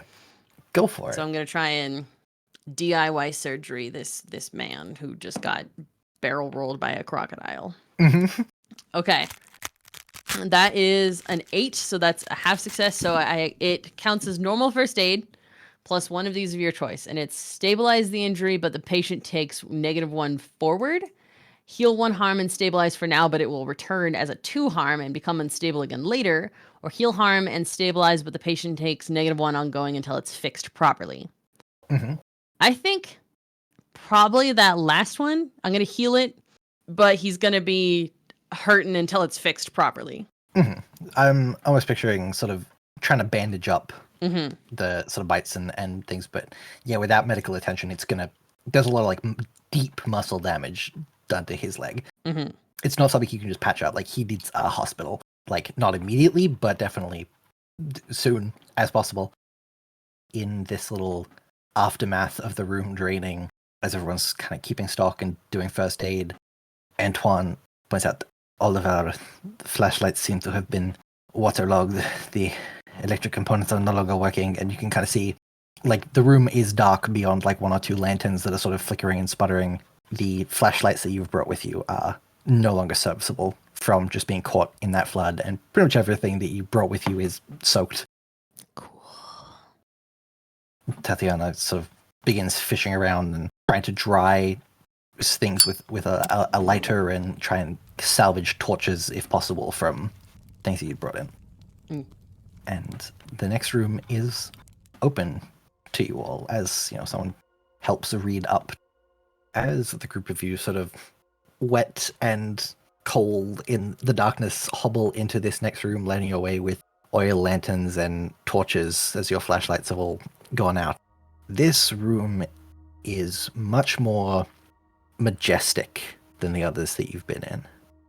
Even the last room, which had all of this greenery and life to it that shouldn't exist this deep beneath the earth after this many millennia, didn't have the same intricacies and designs as this room does. The walls are carved with these almost mock pillars into the stone, and surrounding you are pots and chests, and as you step in, the light of these lanterns glitters on gold and silver and jewels flowing out of these boxes and jars. Running through the center of this room horizontally is a deep groove in the floor, and as you step in and step amidst these pieces of gold and treasure and beautifully painted statues adorned with jewelry, the wall slams shut behind you again. God damn it. The security in this place is amazing. Almost immediately, among taking stock of the room, Antoine moves towards one of the jars and begins running his hand through these golden coins. And the second he does and shifts the weight in this jar by kind of scooping out a handful of chunks of gold, there is another grinding stone shift above you, and the ceiling begins to slowly descend. You idiot. I think Antoine curses and then continues shoveling gold coins into his pockets. It does not matter how much gold you have when you're dead. We'll then figure out the way that we will survive this. Did you consider that taking the gold out might have started all of this mess? From my experience, it is far easier to take the gold while you still can, before everything closes up. Not what I meant. You try putting it back so we see if it stops. He glares at you all for a minute and then takes all of it back out and puts it back in the jar, and nothing seems to happen. The ceiling is still lowering itself. Do we see the way out of this room? Yeah. There is a door on the other side, but it seems to have a stone slab in front of it, much like that first room that you entered, set into the wall. It worked the first time. I think I'd like to walk over and poke it and see if it also moves as easily as the first one. This one doesn't move. This one seems much more solid. Well, there goes that idea. But in stepping, moving towards the door, you do have to step over this channel in the center of the room. What happens then? Hey, what happens? Nope, nothing happens from stepping over it, but I'm just you have to step over this sort of inset groove through the middle of the room. Okay. I don't like the way you said that at all. There's a channel to the room. I'm giving the room description. Room filled with treasure. You're a horror writer. I don't trust you if you just give me information like that unprompted in that phrasing. Well, does it look like there's any other items in the room that are about the same width? Perhaps coins? Any kind of stones? I don't think so. So this thing is almost like a line separating the room in half, completely down the middle. Looking through the things in the room, at one end of this groove is almost like another plinth or a shelf, on top of which is a stone carving of a boat, which seems to have a hole in the middle that leads down into the shelf that it's on. Like maybe a key slot? I don't know if key slot, I would describe key slot. It's almost like in the center of this little carved boat is a hole going down. Okay. We're still wet. Can I wring out my hair into the boat? You wring out your hair into the boat, and you can see as it drains down into that hole, and then a small amount of water trickles from the base of that kind of plinth shelf along the channel in the floor. I'll take off my shirt and wring a shirt out into it. Similar thing happened. The water comes through and it trickles down and through all the way to the other end. At the other end, on the wall where the channel ends, it seems to drain off through into a hole, and that hole is set into a painted depiction of the sun on the wall. Do you know what you would sacrifice to the sun? Wait, so boat on one side, sun on the other? Mm-hmm. And they're both on each end on the channel. And the channel. Yes. Hmm. I think while you're doing this, Antoine and Mulligan and Tatiana are all collecting Scooping gold. scooping gold and shoving statues into boxes and things. Fucking bennies. Why are we started with so many bennies? While you're looking at this, though, you all also notice something move through the boxes and the statues. Just something small, sort of almost scamper through is the word I would use to describe it, and you can see like as it rattles some of the jars which slosh. Slosh. Slosh. Wait, liquid. wait, jars. What do the jars look like? Just sort of ceramic, like ancient jars. Do I think they're canopic jars? Is what I'm asking. These aren't canopic jars. These are much more like vessels. Okay, good. You said slosh, and I was like, please don't be what I think it might be. Okay, Not these ones. No. that's good. Okay. I'm just gonna throw out there because I can and it's fun that Maze did take his shirt off, and this is when you get to see that he is actually fairly buff. You know, his secret buffness. The buff Dilf is taking his shirt off. I'd imagine glistening with the water from the previous room. Glistening and wet. I'd like to point out fan service. I was gonna say the fan service, please. Maze is gonna go pick up one of the jars and see what the fuck is sloshing in it. Ditto. You sort of lift up the top, and there is like this, honestly, really like a sweet, spiced smell as Sick, it's wine. you look down. It's not wine. It is aromatic oils, actually. Ooh. I'm gonna go dump an oil in the boat. It's going in the hole. Yeah. You guys pour this oil into the one, and it runs down, and it completely flows through this channel and almost coats it in oil as it goes all the way to the end. Does it do anything when it gets to the end? It sort of drains through that gap in the sun. I have a thought. Is it to light it on I'm fire? gonna take one of the torches. Yeah. I would like to light the oil on fire. You light the oil on fire in the boat, and the flames catch and go down through, and this plinth glows, and as it is illuminated from the inside by the fire, you can see all of these hieroglyphics carved on the inside of the stone that light up and glow as the flames race through that channel, and the sun design lights up and glows, and all of the hieroglyphics on the wall behind the sun begin to glow as that flame spreads out, and the ceiling stops descending. Yay! That's so cool. That slab in the door falls away the same way that that first room did, where it's all slots down. And I think if you're looking at the door, you can see something small and grey skitter through that gap. Goody. Great. That's fine. And I think that, like, as this is skittering, you can hear, like, claws on the stone. Claws, like small tippy-tappy claws or big creature claws? Small tippy-tappy claws. Cool. Okay, there's a chance that this might be a cat. Maybe we're safe. Or a rat. What? You say small. We have two different. It's big. It's bigger than a rat. Okay. Oh. Okay, but we just see like a dash of gray and hear the claws. We don't see. Just like a blur of movement as it ducks into the next room. All right. I want to go kick Antoine in the chest.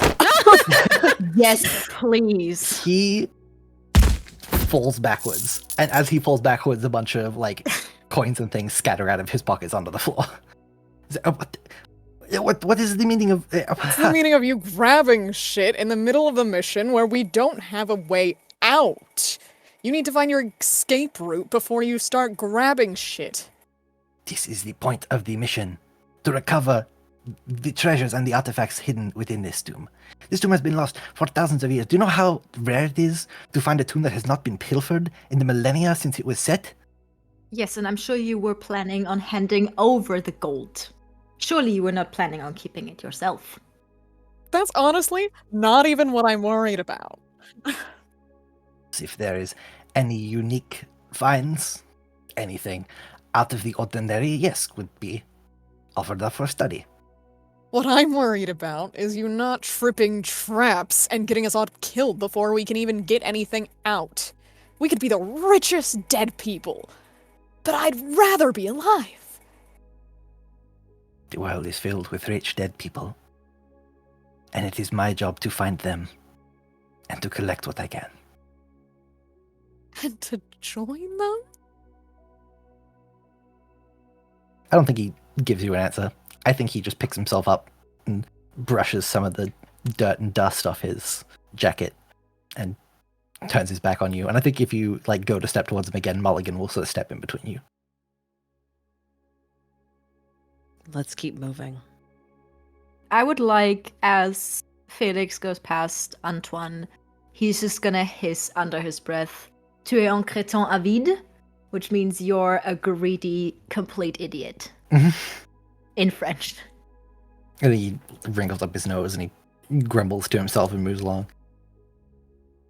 I think if you look over, Reed has actually not gone for any of the gold like the others, but is sort of inspecting a handful of small clay statuettes that are kind of set on a shelf just beside the door as you're about to go through. And he kind of takes one and picks it up and turns around his hand. I'd like to go over to him if I see that. Mm-hmm. He's just sort of looking at it. Like, this is just sort of a genuine archaeological curiosity that he's, like, exhibiting here. Mm-hmm.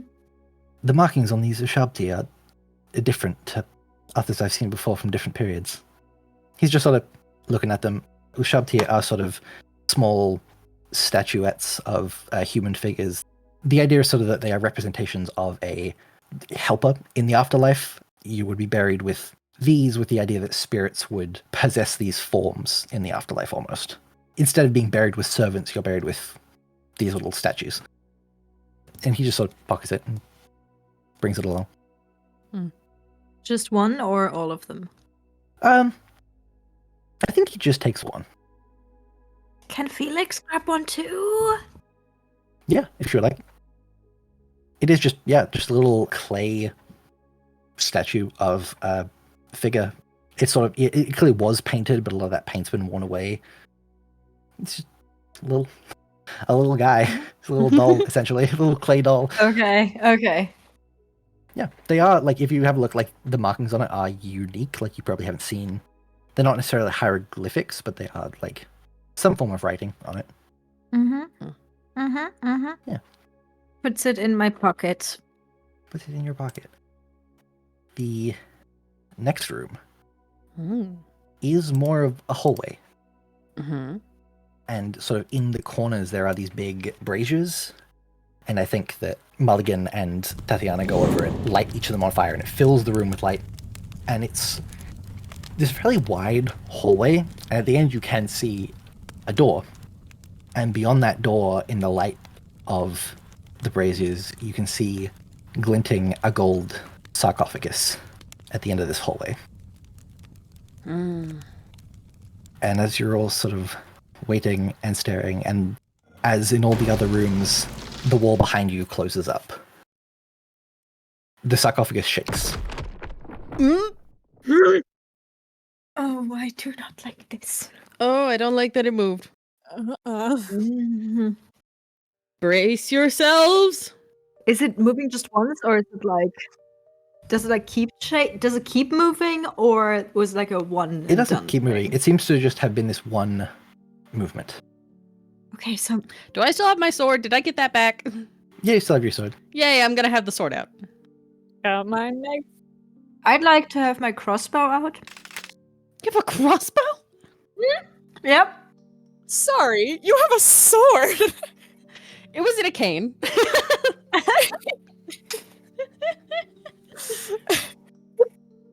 Tatiana reaches down to her thigh and unclips this very large hunting knife from a strap around her thigh. And Mulligan has had like the shoulder holsters kind of thing, and like pulls out a revolver from one of those. That thing's still gonna work after getting wet? I don't know, do you want me to test it to find out? Just curious if mine would too. As this conversation is happening, Ignore the dick measuring contest in the corner. the walls of this room rumble, and at first it starts that same little tippy-tap claws on the floor. And you see again, just in the corner of your eye, that glint of movement. And then it's followed by this scratching, clawing at the insides of the walls. And that scratching develops into this shaking, and you can feel the vibrations as something on the walls of either side of this hallway begin to slam against the stone. And eventually part of it cracks and falls away, and a mummified hand breaks through the wall and begins clawing at the stone, trying to get out. I hate this. And as one hand breaks out, more and more seem to start emerging from the walls. As the party stands here and witnesses 6 mummified bodies break through the wall, dragging behind them rusted, long Kopesh swords, and start advancing towards you. Oh. Now, I think this is probably also a good place to discuss. These are mummies. Yeah. Like these are dead. How are you guys reacting to that? I think that Maze is bewildered, but part of the final message that he received from his son was talking about discovering something you would not believe. Worlds of information that could change everything, unbelievable knowledge he couldn't express in writing and had to show you when he returned. Like, so I think that and this whole thing about he has been looking into mysterious curses and things. So like, this isn't a like completely unexpected thing that Maze is seeing. Maze's first thing is gonna be he's going at one of those mummies with a sword. Mm-hmm. So, can I kick some ass? You can absolutely kick some ass. So 5. That is a 9. Okay, so that's a mixed success, kick some ass. So you'll both take some damage there. You're doing, it's 3 damage with the sword, right? Yes. You manage to get there before it can like lift up its sword to swing at you, and you swing at it, but in the swing it manages to get a hand out, and this like clawed hand rakes across your shoulder. So I'd like you to take 1 harm, and this thing takes 3 harm. Would I have heard about something of this specific kind from the Woven? Oh, this is a great time to bring the Woven into things. My guys! You are aware that reanimation is a thing. There are a variety of ways that something dead will come back to life. This is not intelligent undead. You haven't faced mummies before. You're maybe aware that like they're a thing that has been uncovered, that Egyptian bodies have been preserved and can still move around. Like you've read accounts of it, but haven't like experienced it upright. There are like precautions put in place by the Woven to prevent, not like outbreaks of the undead necessarily, but like to prevent the undead from escaping into the world where people might become aware of the undead. But you don't have like a guideline of like what'll stop them. Wait, are you the professional? Nope. Okay, you just have a secret society of undead keepers. Cool. No, cool. not quite. I am the initiate. Okay.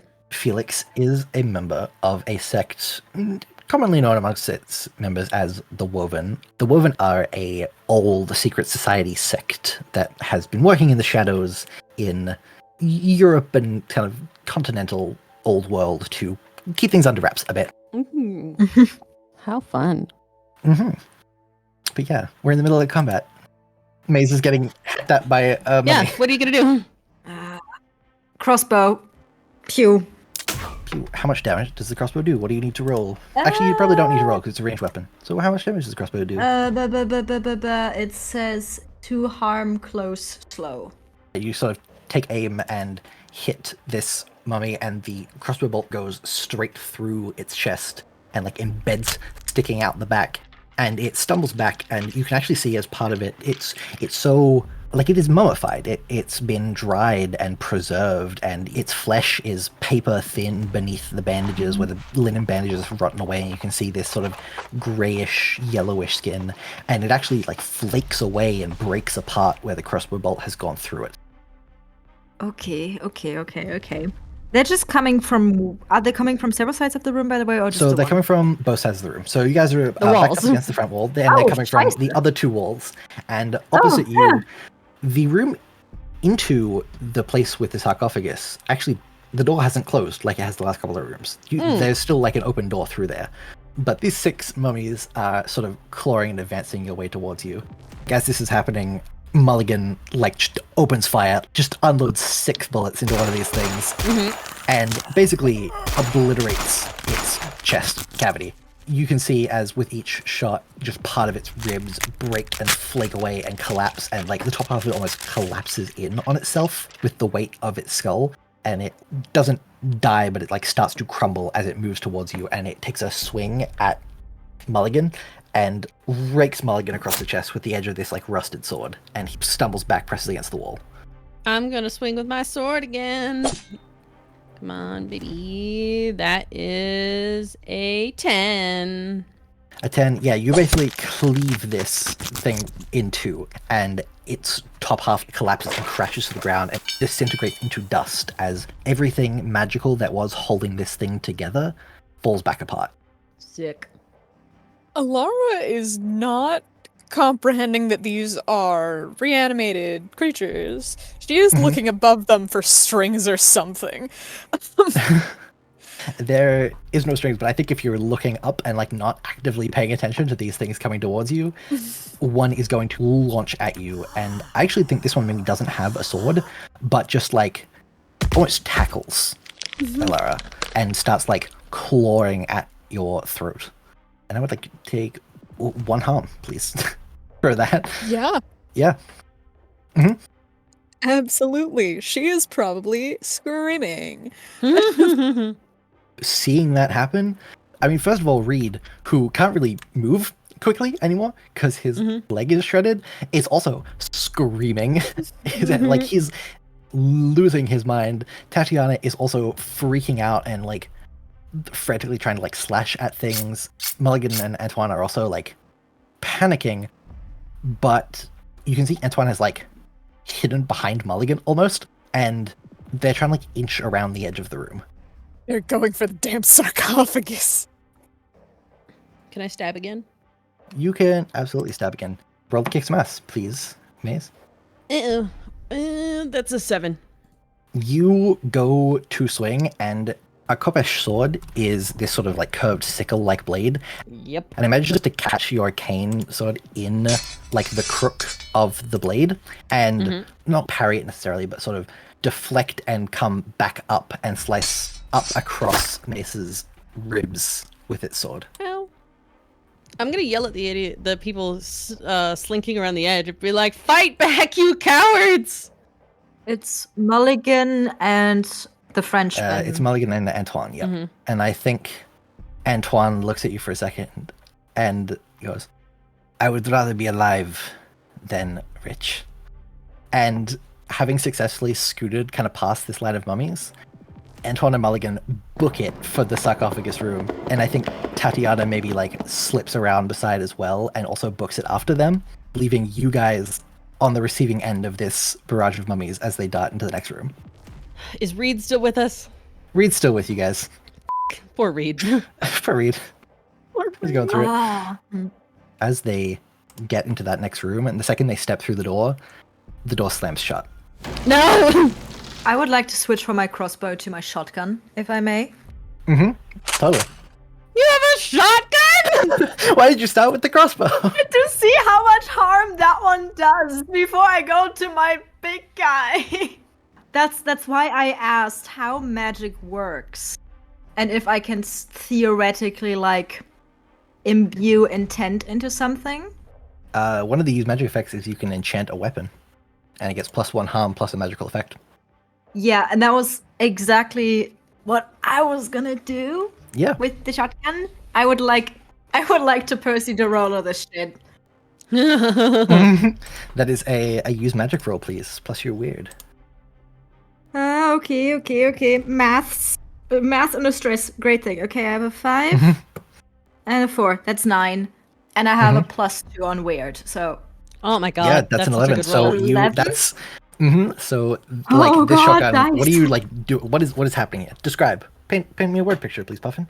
Okay, I think what the others see is Felix kind of puts crossbow back where it was like very hectically and switches it out for the shotgun, and he kind of runs his hand over the like barrel of the gun, and there's a sort of sliver of, you know, when it's like really warm and the air sort of flimmers, like that sort of thing. Like there's not like light, but there's just a flimmer of something as he imbues the energy into the gun. And I would like to aim it at the dead bitches. And I would like to fire. So you've got the shotgun damage. Which is 3 harm, close, messy. 3 harm, close, messy, plus the 1 from the magical imbuement. Plus a magical effect. What is the magic doing? Like, how magic is it? What do magic? Totally stop me if that's too much, but I would like it to, because of the heat of the like magical energy, I would like it to maybe, because the material, as it were, of the mummies is quite dry. Not set them on fire as much, but just sort of heat. You say set them on fire. Light them on fire. You casted magic. You can do that if you would like. Light them on But, like, fire. Okay, in that case, set them on fire. Absolutely. Fireball. This shotgun blast explodes the barrel of the gun, hits one of these mummies square in the chest, and like not only does it completely blow open this cavity right through like the spine, you can like see a hole through this mummy, but around the edges catch fire and like it envelops this mummy. Like it is completely engulfed in flame and starts just like thrashing about. And I think it charges towards you, and it still has some life left in it, but not a lot. It just run backwards. I just didn't think it would get angry. I don't know why I didn't think it would get angry. Sort of energy. I am going to use Never Again, which is in combat you may choose to protect someone without rolling, as if you had rolled a +10, but you may not choose to suffer little harm. So with the one going after Felix, I'm going to try and protect Felix. Yeah. When I see that it's going after, like, Felix just did something beyond what I can do. And that, like, it means for Maze, he's like, okay, shit. You know more than what I believe you have let on, but in a /pause way. You're important. I'm gonna hold you back. So in this case, I'm gonna get in the way of, I'm gonna put myself between Felix and the flaming mummy. And I am going to use my sword to inflict harm on the enemy. Yeah, I think you like step in, like in between the two, and go to use your sword. And as you swing through it, it essentially like, you know when you kick a fire, and it sort of like explodes, and the ash and the debris sort of sent out flying. It does that when you hit it, and so the front of Mace is sort of just like engulfed in heat and flame and sparks, and you can feel as it's like burning across your chest, but the rest of this mummy collapses and the flames sputter out as it turns to dust again. I will note I am now unstable. Oh boy, that's fun. How's Alara faring? Pinned to the ground by this mummy that's trying to claw out your eyes. She's not doing great mentally, but she does have a knife that I'll go to kick some ass about it. Absolutely. Roll the kick some ass, please. Oh, my dice are jumping. That's a 9. So yeah, it's just clawing at you. So it's 1 harm, and you do kind of manage to like stab at it and do a good amount of damage, and I think maybe like get it off of you. But you're not in great shape afterwards. Yeah, because the big knife does 1 harm also. So we've harmed each other an equal amount. Meanwhile, I think that Reed, recovering himself as best he can, has essentially like pulled himself up to be supported by one of these braziers, and with this like yell of effort, upends one of these, and like oil and coal and debris like scattering, and just like sets one of the mummies on fire and creates like this wall of fire that engulfs one of them, and it shifts to change direction towards him, similarly on fire and slowly burning away. How many mummies have we killed? We killed 3, right? Yes. Yeah. I'm keeping track. Yeah. Did Joseph kill his when he shot it a bunch of times? Joseph killed 1. I cleaved 1 in half. You cleave 1 in half. Felix obliterated 1 that you then like stabbed as well. Okay, so that's 3 total. So that's yeah, 3. you're right. Yeah, that's 3. Yeah. And the 4th one is currently on fire. Thanks. On fire. to 4th one is on fire. There's the one on Re- Alara, and there's the other one that is kind of coming towards, just like you as a group. Mm-hmm. And you can actually hear, as this fight is happening, this haunting, unearthly yelling from the other room. Oh, Oh, God. goody.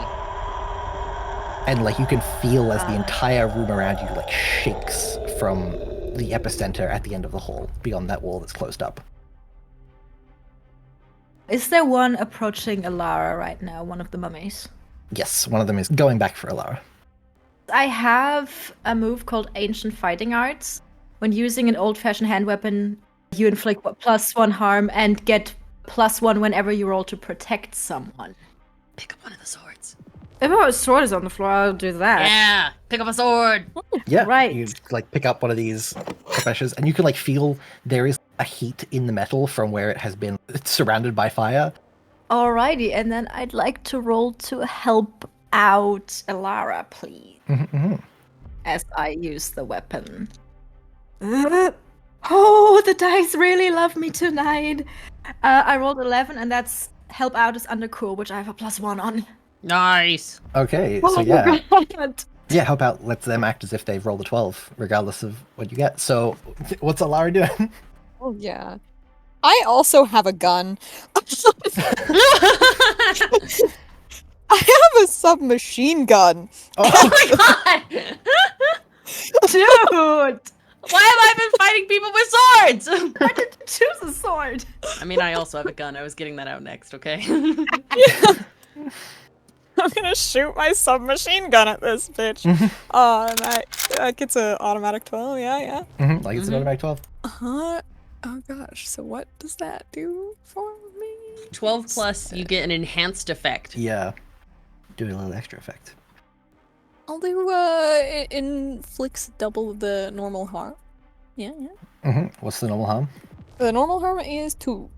2. So far, yeah, you pull out this machine gun and just pepper this thing with bullets. Absolutely shred through the remaining mummy that is there. Yeah, this thing is dead. You basically shoot it so much that there is not much left that is not bullet holes until it crumbles away. She's freaking out, and also I think that she yells for Titania. From the other room. Just like, Titania, are you okay? I don't think you hear a response. Oh no. You can't hear anything from that other room. Oh no. Oh, so there was like yelling, noise, and now silence. From the... Oh, that... Oh no. I'm sure that's fine! I'm sure that's not fine. Fine! I'm gonna get my gun out. I'd like to shoot the one on fire. Yeah, go for it. Okay. So it's a 2 harm. It's a revolver. Probably I like temporarily have to like drop my sword and pull out a gun. I'm not even sure. I might have dropped my sword when I got flame burned on the chest, where I'm not wearing a shirt and that's just my skin. Right, you're shirtless. I forgot about that. The fan service! So I'm shirtless fighting and whip out my gun and shoot the zombie from across the hall. Not zombie, the mummy. Oh, this is so wonderfully pulp adventure-y. This is perfect. Yeah, you shoot it, and I think like one of the shots just blows clean through its skull, and it collapses and crumples, and the rest of it burns. Yay. So there's one more that is advancing towards you. I think has to move through the fire to get to you, so it catches on fire, and it takes the 1 harm from the fire that is like slowly burning away at it as it advances towards the group of you. Who would like to do the honors? Or do we all just open fire? We could just all open fire. I think we all just open fire. I think that'd be fun. Yeah. Yeah. Shooting. I think if just everyone's opening fire, by the time you're done, this thing's gone. This thing's gone. This thing just like absolutely destroyed. and it's carrying one of these swords, and the sword drops to the ground and like clatters across the floor. And as it finishes clattering, the stone door at the end of the hallway opens back up, revealing the empty room beyond. Is the sarcophagus? You can't see it in there. Oh, it's not. It's not there. It gone, or It's gone. that's fine. We need to find a way to get the other way. I think the way that doesn't have the thing that tore apart our adventuring buddies. Do we see anything in the room, or is it just zilch empty?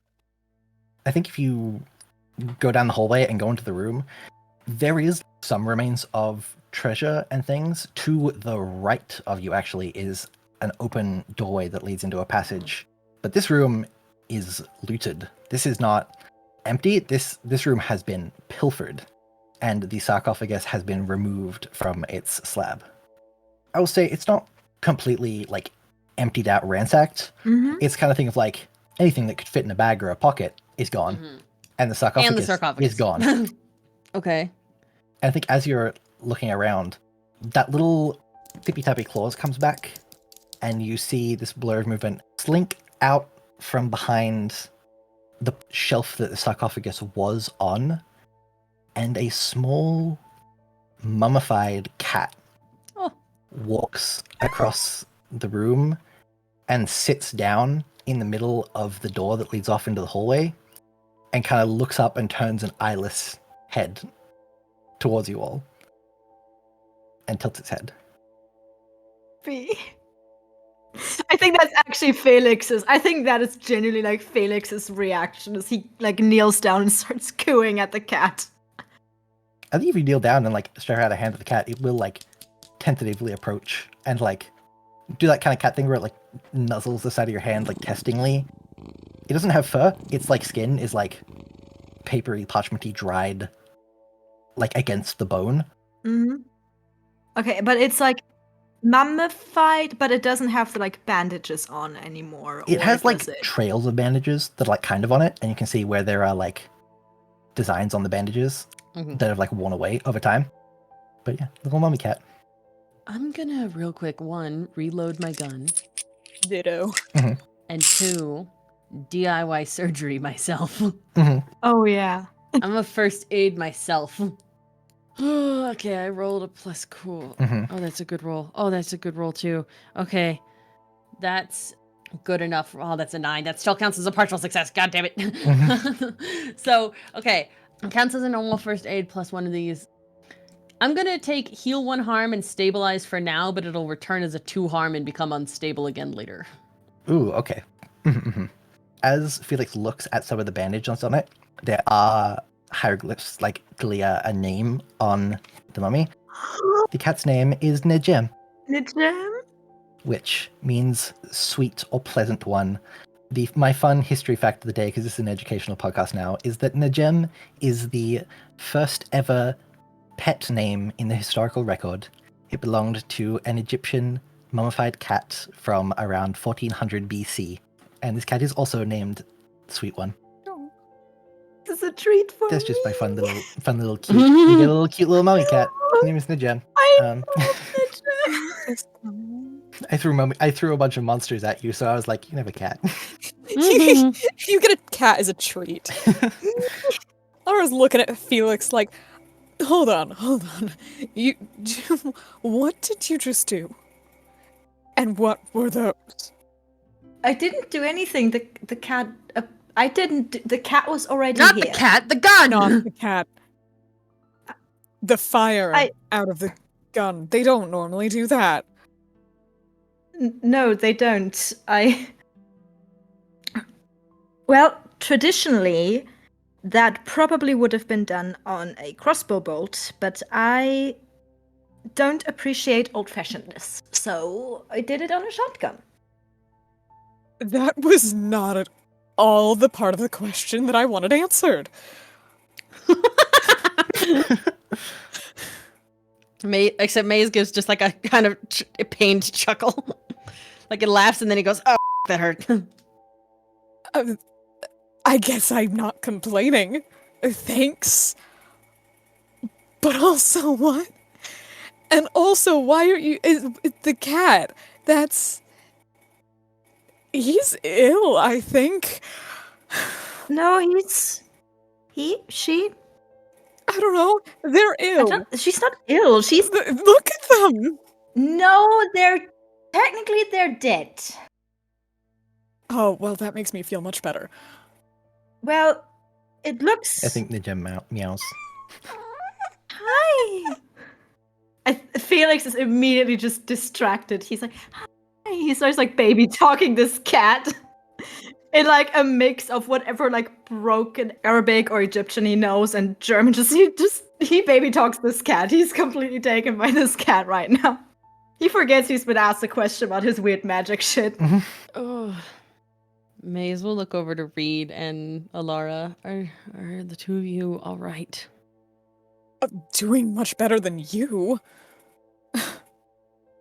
Reed looks like he's in just a state of shock. Reed is like, I'm not dead. I'm not dead. It's fine. I'm not dead. It's okay. I'm not dead. I study remains. That's remains. Those were remains, you're right. Okay. Let's keep going. They were not sentient. They were. I think they were just. I mean, they were not sentient in the sense that they were acting with own intent. Sure. If I'd had to guess, they were probably installed as sort of guardian for the sarcophagus, which is now. Which is now gone. Yes. Yes. With a very large, ominous sound. If you all look down the hallway, you can see light at the end of it. I'm going to kill those men if they are not dead already. I might be even inclined to help you. I'll say it's not flickering light. Oh. It is steady daylight, even. Oh? Now, you entered at dusk, and it does not feel like enough time has passed for there to be daylight. I'm gonna be honest, I don't know that Alara would be thinking about that. I think that she would just be like, I want to get out of here. She'd go for it. I'm gonna follow Alara. Is that that's the only door that's open, right? Yep, that's the only door that's open.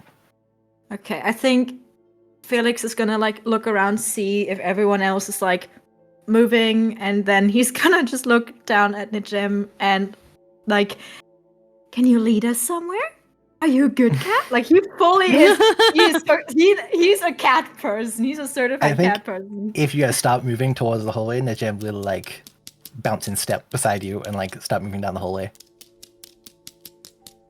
Sort of weaving through, you don't seem to come across anything. There are footsteps here, and as you reach the end, it doesn't seem like it turns anywhere, and you haven't done any sort of turning or twisting as you've gone through these rooms. It's more or less been one after another, but it seems to open up right back out beside where you went in.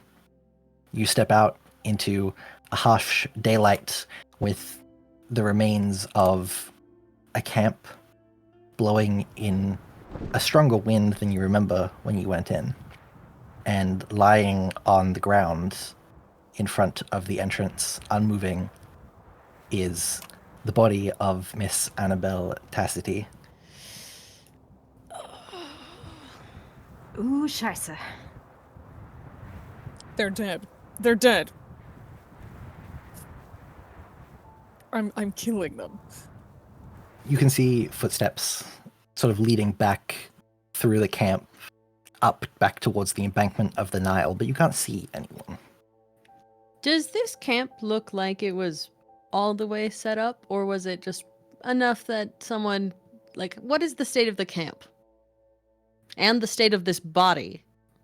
Yeah. I mean, state of the camp is like someone has been setting it up for maybe a day, has like slept, it looks like slept in. There's a like remains of a fire and some things that have been used to cook food. There's a bedroll laid out in one of the tents. It's not like disheveled or like old. the body, as you kind of lean down, there's blood across the front of her shawl and suit, and her eyes have this just sort of vacant look. Her neck is very clearly at a very wrong angle, and several of her limbs are also sort of splayed in a broken, disheveled way. But she's not decayed necessarily. She still looks just dry, is sort of the first word, like looking at her. Okay. I vote we go after them trying to get away with the they're gonna go try and get on the boat. Yeah. Yeah.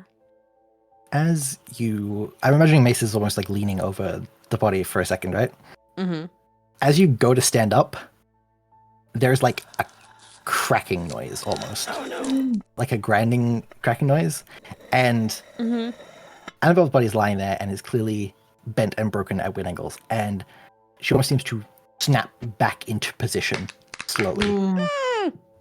There's this like grinding, shifting, and you can see as the sand around her almost sneaks up and through the gaps in her clothing, like up through the sleeve and underneath her coat.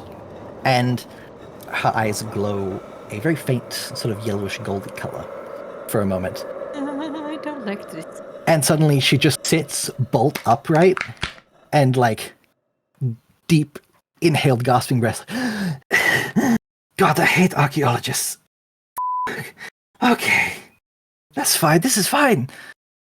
She like goes to reach up to like steady a hand against Mace's body. This body was not breathing like 2 seconds ago. Maze is definitely stunned this time. This time Maze is stunned. You're just like letting her grab onto it. That. She grabs onto your arm. It does not feel like skin. The hand that grabbed you does not feel like skin. It is hard and dry and smooth. This clay hand has grabbed onto your shoulder to steady itself as Annabelle Tassity pulls herself back up onto her feet. Laura has her knife out. She's still freaked out from the mummies. She's like, no, you were dead. Yeah. I, admittedly, was not exactly alive. It's complicated.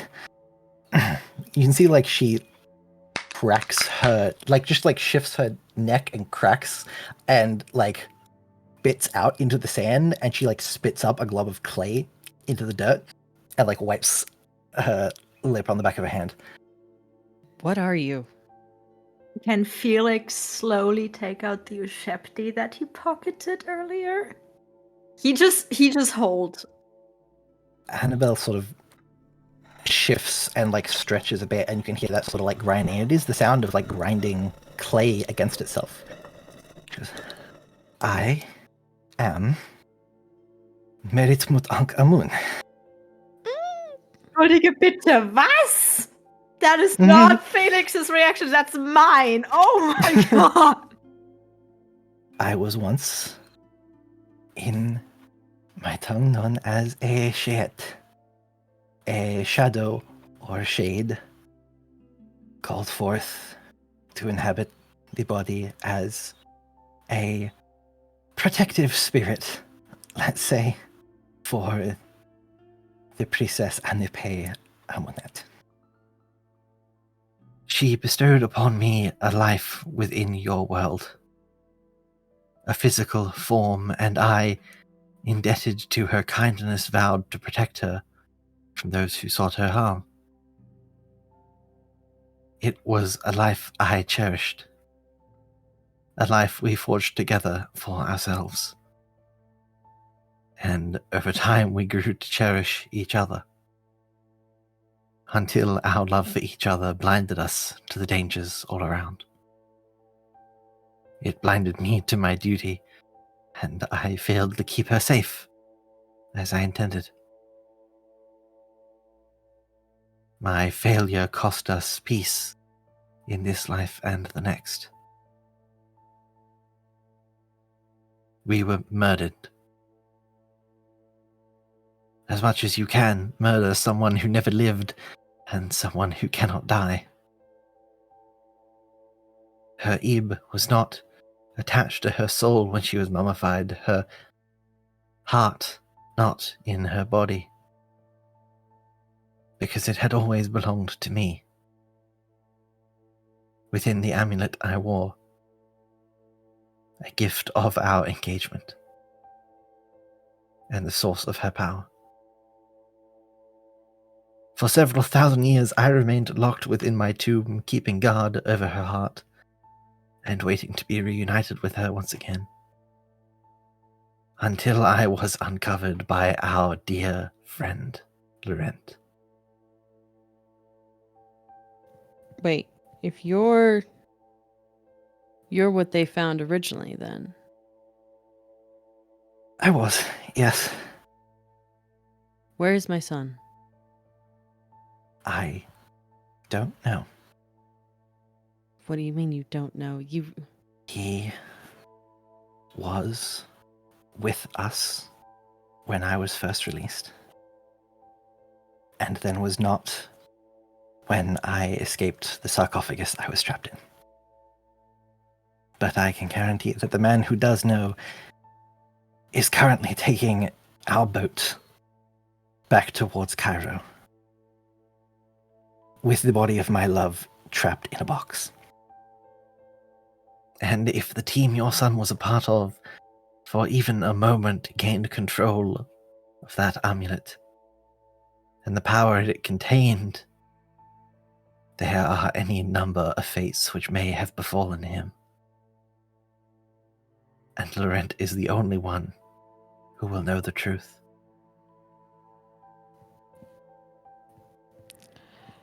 We better get a move on then. Mhm. Yes, absolutely. You're not going to kill us, are you? Are you going to try to kill Anfe? I intend to kill the people stealing that left us behind for dead. Those are my intentions, and also to live. Well, then wonderful. We're not going to have a problem, and at the end of this, I'm going to pay you handsomely with all of the gold that I managed to recover from my tomb. Wonderful. All right. And I think she starts just like striding through the sand back up towards the banks.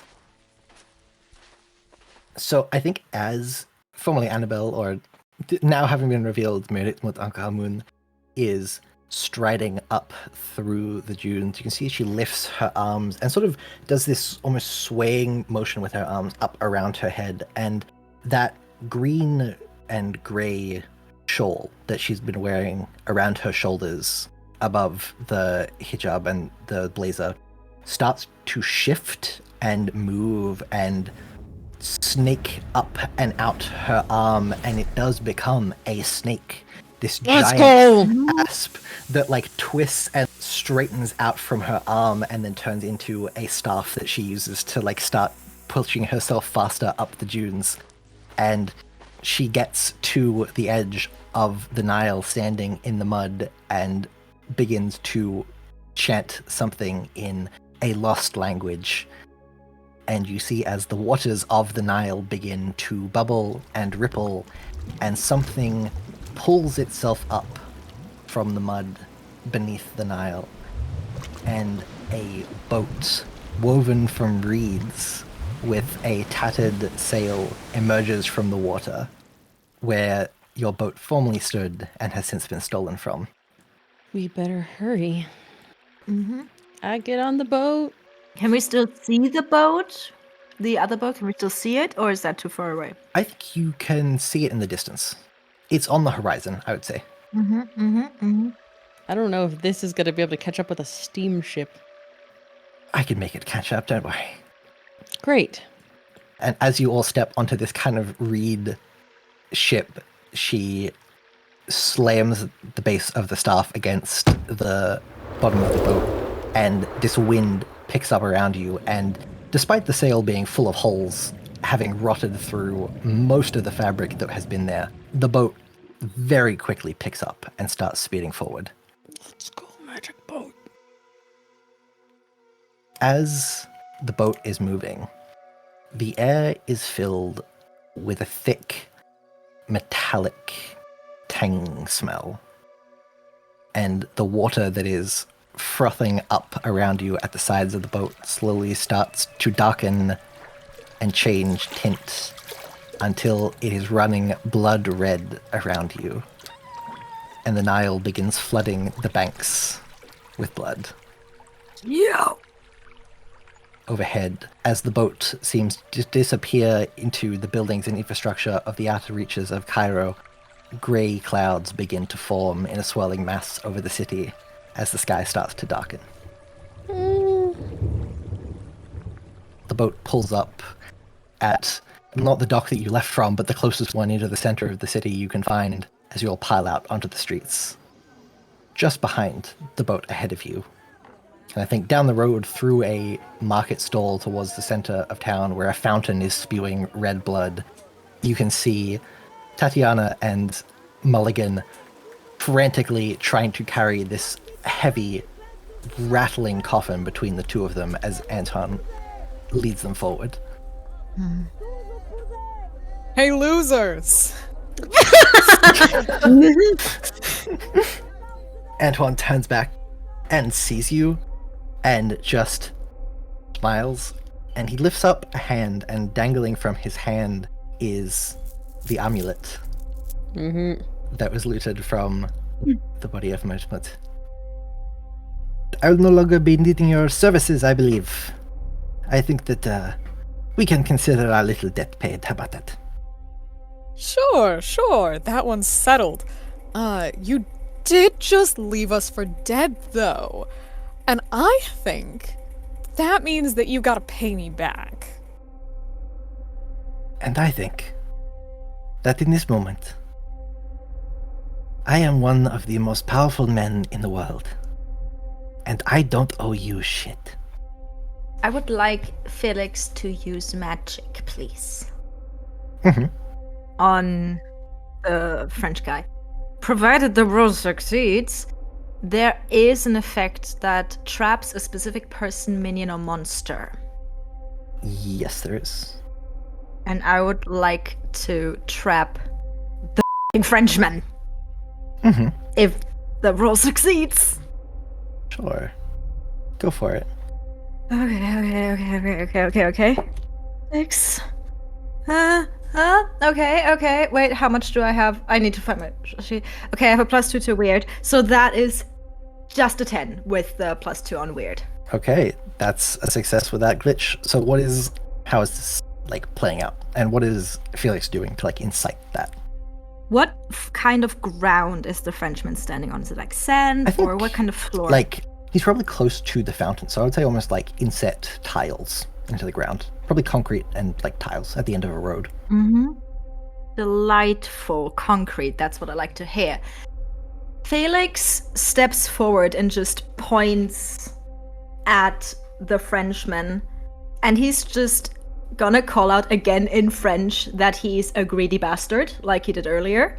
And as he says it, and as he points, I would like the floor to almost liquefies and wraps around his feet and then solidifies again into concrete and tile. Okay. Yeah, you do that, and he starts to try and pull himself out, trying to free himself. And at the same time, you can see as the people in this this was a market street. There were people around selling things and driving past in cars and on motorbikes and things, who are gawking and staring as this happens. And then also two people are carrying a golden sarcophagus that is shaking and screaming, and suddenly the sarcophagus bursts open. Oh no! The lid flies off into the air, and it flies up and then it embeds itself in the ground as it comes back down. And I think the force of that sends both Mulligan and Titania flying back, rolling across the ground as this long since decayed, mummified body drags itself up out of the fallen sarcophagus, bandages trailing around it as the wind picks up and the skies darken even further. And the mummy roars at all of you, crying through vocal cords that have long since dried away in the heat of the desert. And sand begins to whip through the air. Oh, okay. What do we do? How do we make it? I'm gonna point to Annabelle. You know what? Nah. I'm not here to try and tell the mummy what's up. I'm here to come and fight some dudes. I'm gonna pull out my gun. Mm-hmm. Right, you pull out the gun. I think that Annabelle does, like, both hands grip the staff that she had and goes, "While Laurent holds the amulet, Annabelle has no control over herself. She is a puppet with her strings ensnared. She cannot be killed unless her heart is returned, but that doesn't mean she can't be slowed down." Good thing that wasn't who I was aiming for. All right, I'm not gonna shoot the mummy. I'm gonna shoot at Laurent. It hits him, and he yells in pain and grasps his shoulder and obviously can't move. And it sort of sailed clean through his shoulder, and his blood mingles with that of the fountain behind him as it's still spewing out. And then you watch as this dark rift spreads out from beneath Antoine Laurent's feet, and he slips into it. And another rift opens, and he stumbles back out, freed from the concrete, still bleeding, but gripping this amulet tightly in his other hand as the blood runs down his arm and mingles with the chain that it hangs from. "That was quite rude of you, Mr. Carter." Where is my son? "Oh, don't worry. If you keep this up, I am sure that I can introduce you." And he is going to take his arm and raise it into the sky, holding the amulet. And a strong wind picks up and lifts Maze up off the ground and throws you backwards into a market stall. You don't take any damage, but it has, like, thrown you out of the way. Okay. And at the same time, you all watch as the mummy raises her arms, and from these dark clouds which have completely covered the sky, blocking out the light of the sun, frogs and firing stones begin to rain down upon the streets of Cairo. Did you just say fire and frogs? Fire and frogs. Fire and frogs. Great, goody. Some real biblical plagues of Egypt, just for funsies.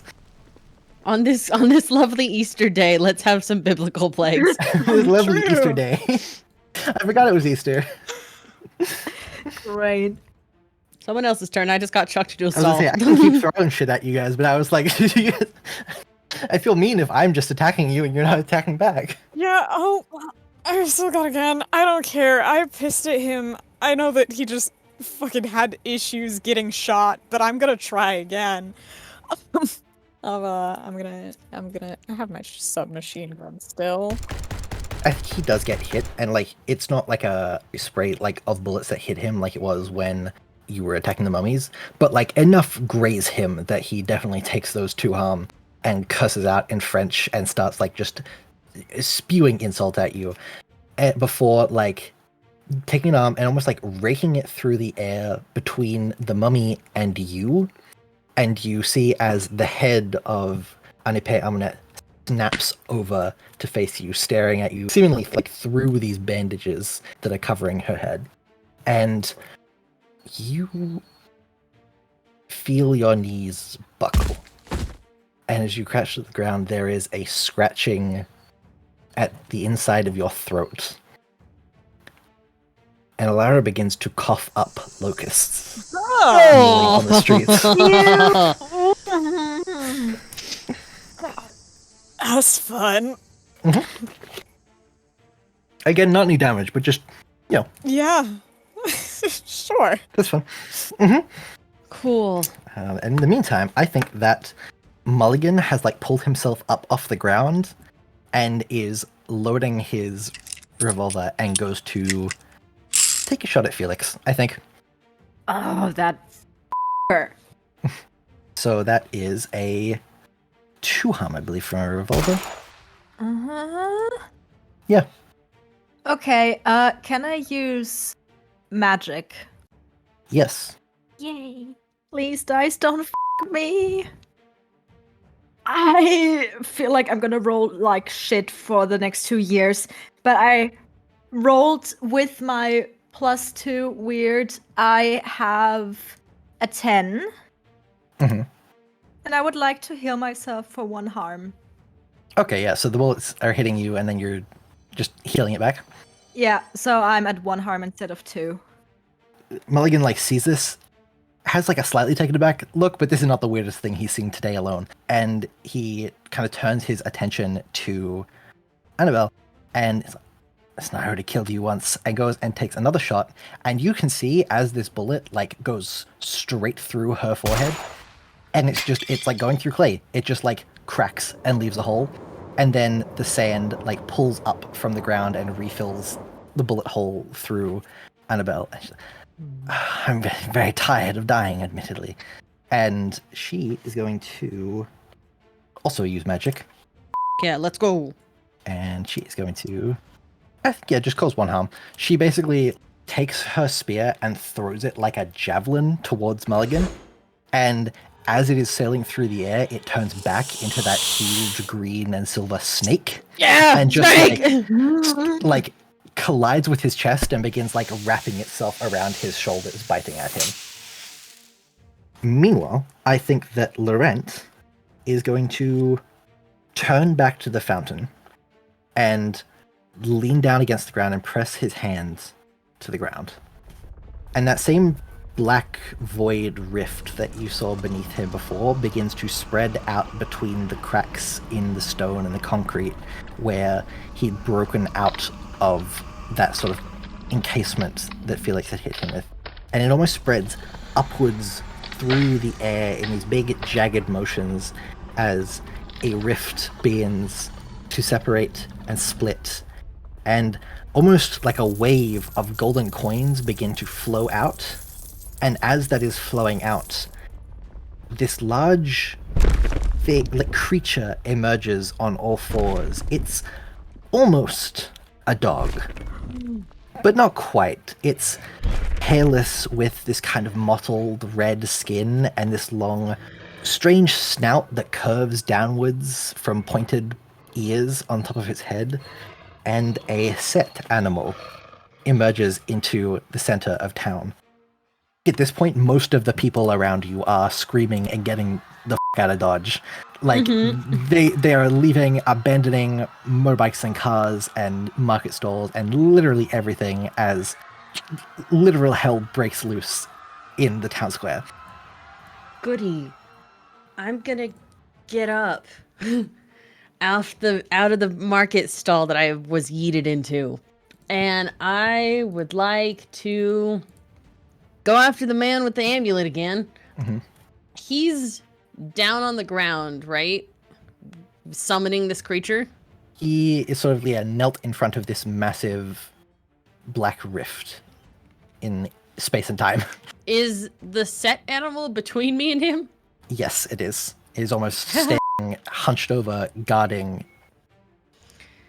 Okay.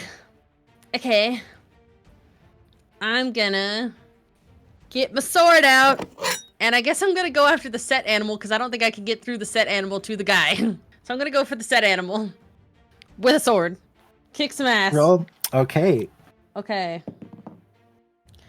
That was not the best. Let's see. That was 7. I pull out my sword once again and go for its neck, but that puts me within biting range. I was gonna say, that's very much in biting range. I think it, you go and you slash across its neck, and, it does, so it's 3 harm, isn't it? Yes. Yeah, so, it, takes the 3 harm, and in response, it whips down and just bites into your shoulder, and you know when, a dog or an animal will just, whip its head around and, throw something? Mm-hmm. That's more or less what it does to Baze. It, bites in, gets a hold of you, and just flings you back across the stones, tumbling across the ground. You keep it needed. Just one, probably, from the bite. Okay. I'm playing fast and loose with how quickly close I am to death. Yeah, you are.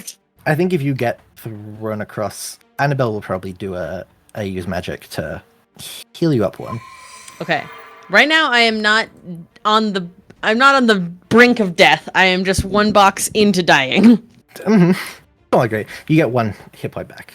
Okay. From healing you up. And you can actually feel, it's a very strange sensation as the sand, like, snakes its way up your body and almost seems to plaster over the wound and then, like, settle and melt into your skin. And it's like your skin is back.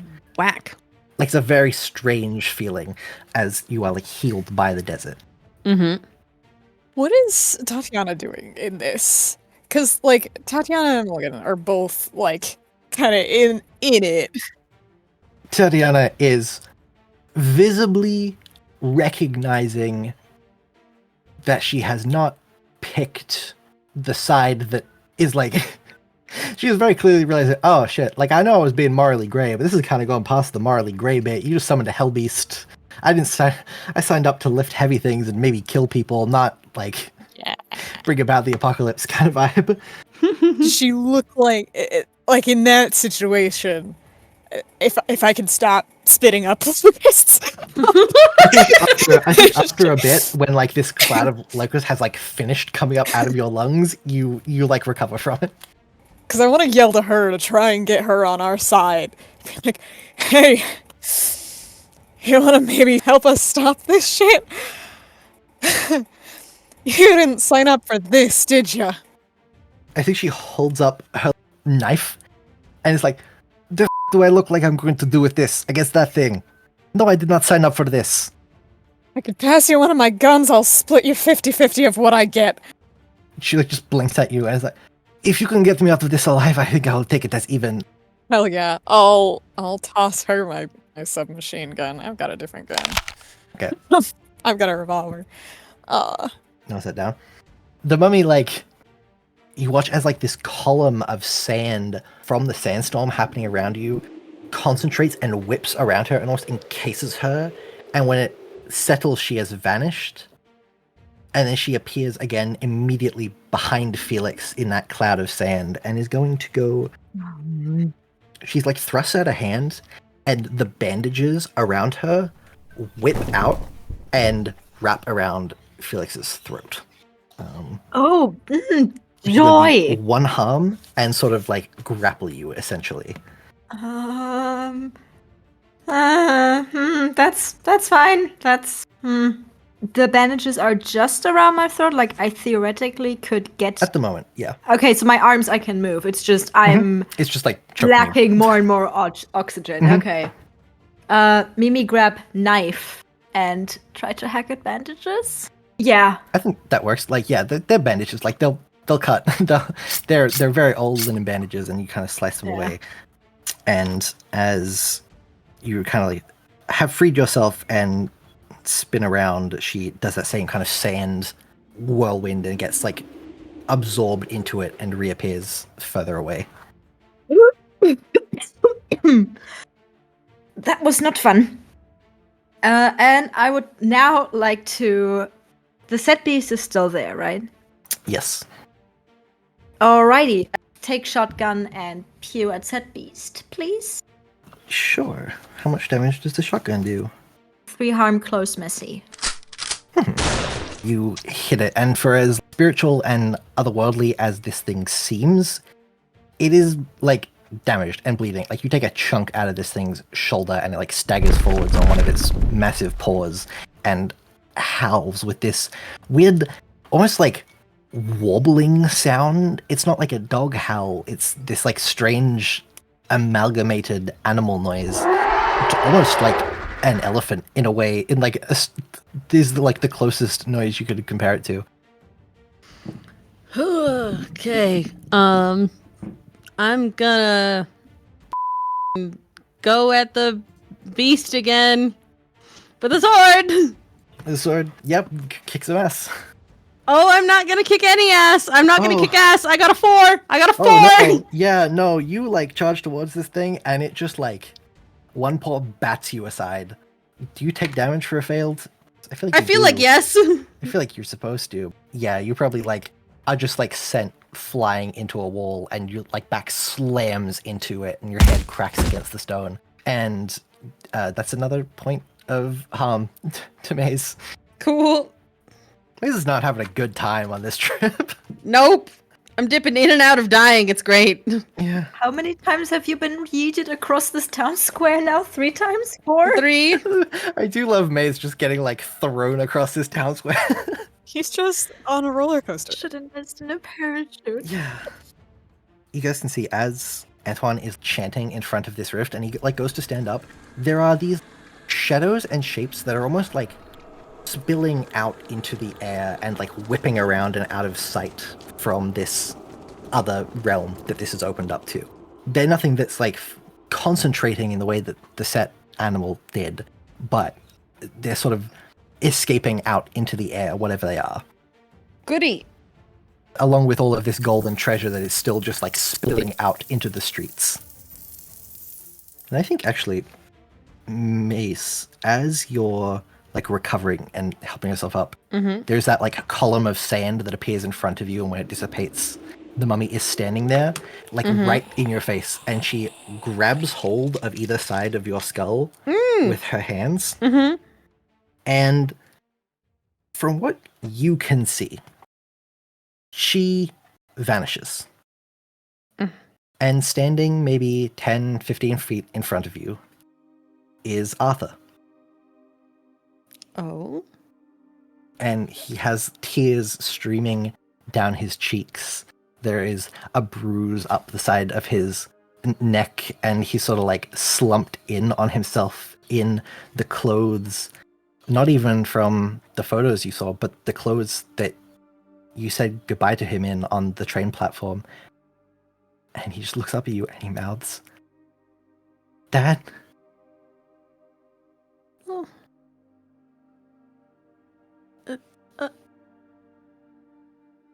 Arthur.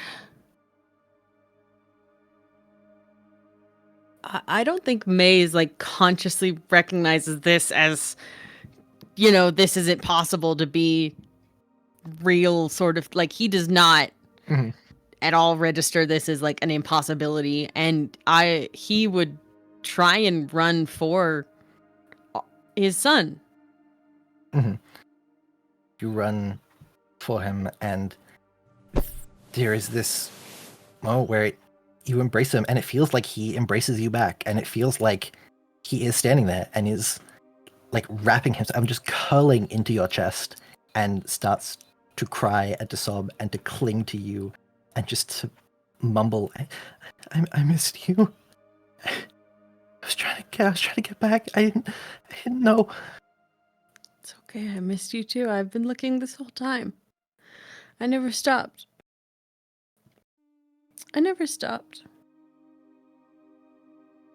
Promised I would bring you home. You promised. And as he says that, in your arms, Arthur turns to sand.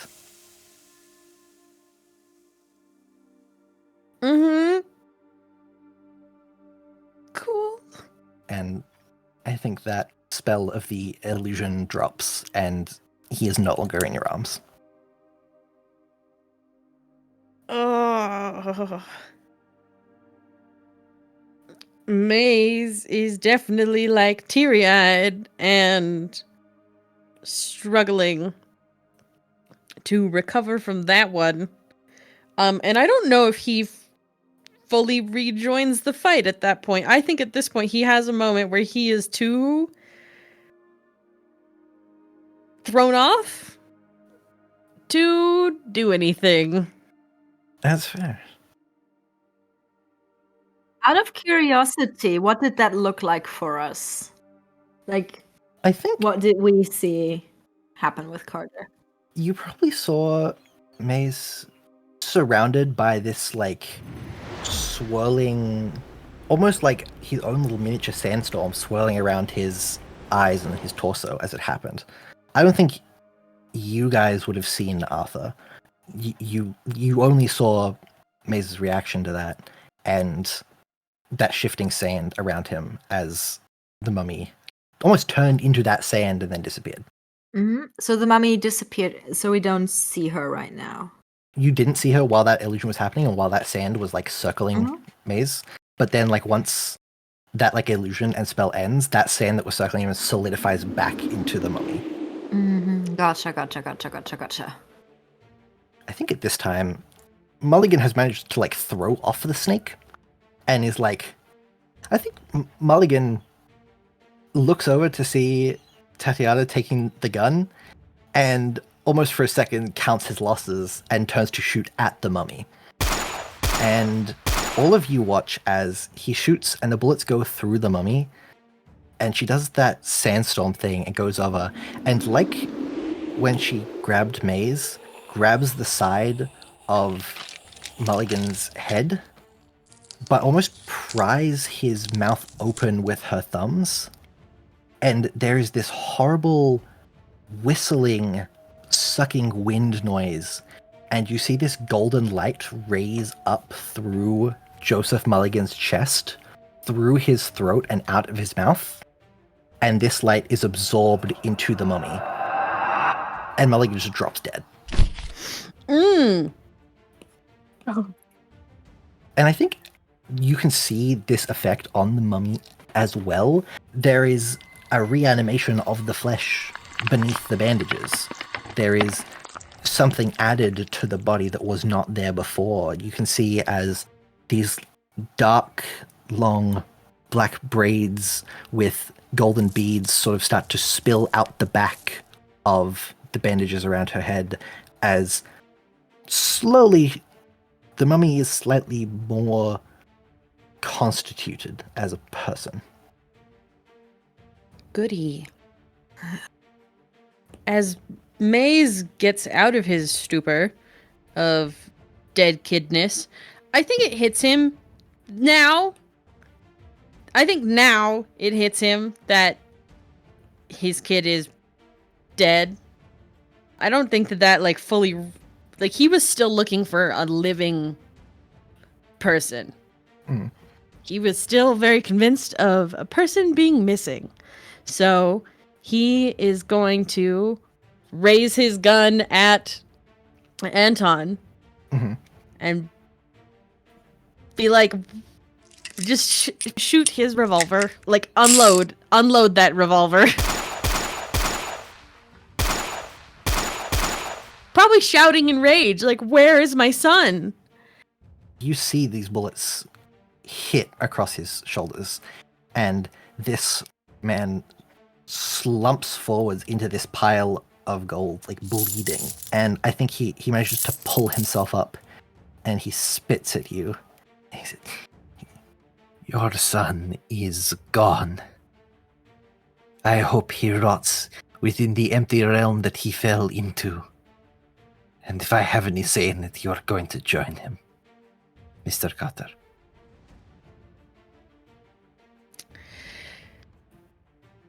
I'm gonna reload my fucking gun! Meanwhile, I think the set animal is gonna pounce at Tatiana. She hasn't done much, a little bit. I think it, like, jumps and, like, manages to pin her to the ground with one of the paws on her chest, and she's, like, able to swing the gun up and, like, get a shot to graze its shoulder, but not in a significant way enough to damage it.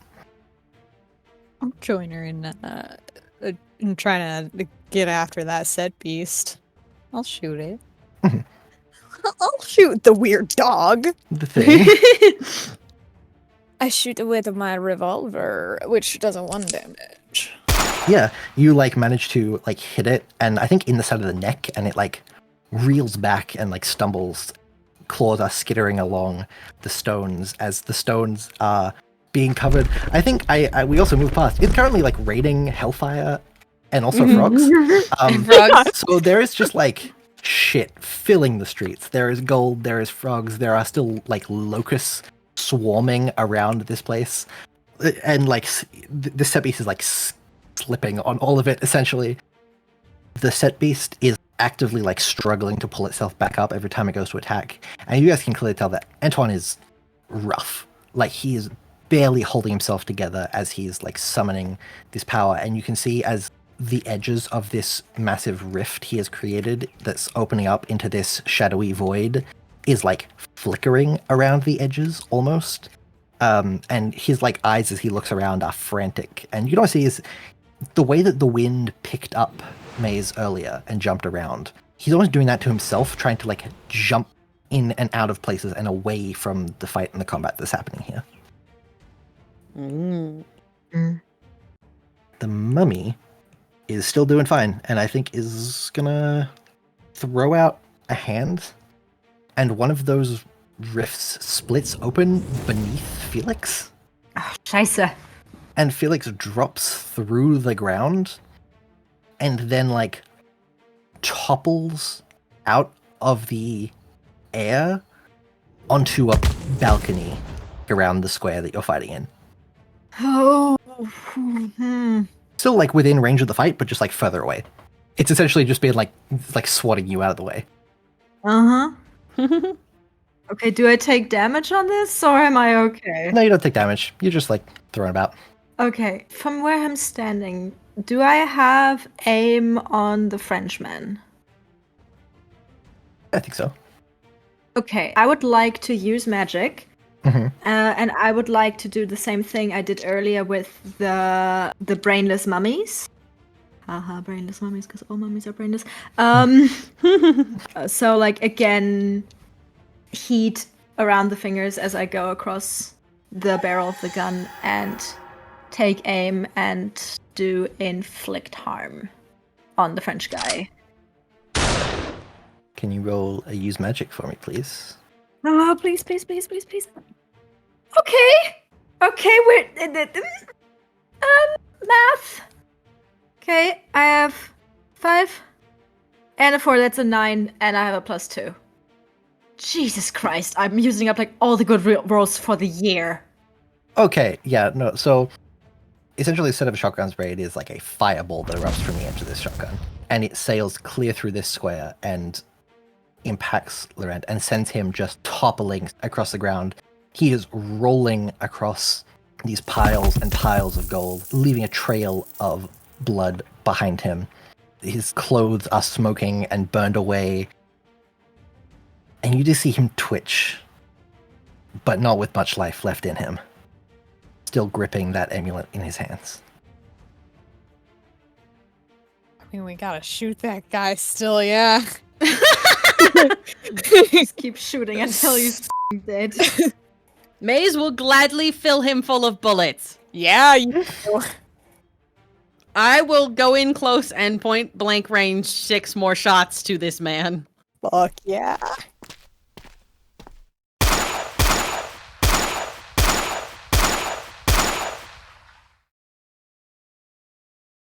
You watch the light leave his eyes. You watch as the man who has kept for you from 3 years what happened to your son dies a prolonged and painful death, lying on these streets, surrounded by the gold that he was doing all of this for. Yeah. And you are just left leaning over him. His hand goes slack on the amulet. I will pick up the amulet.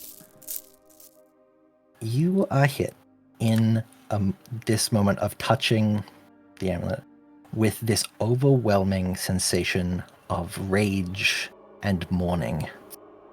Sounds about right.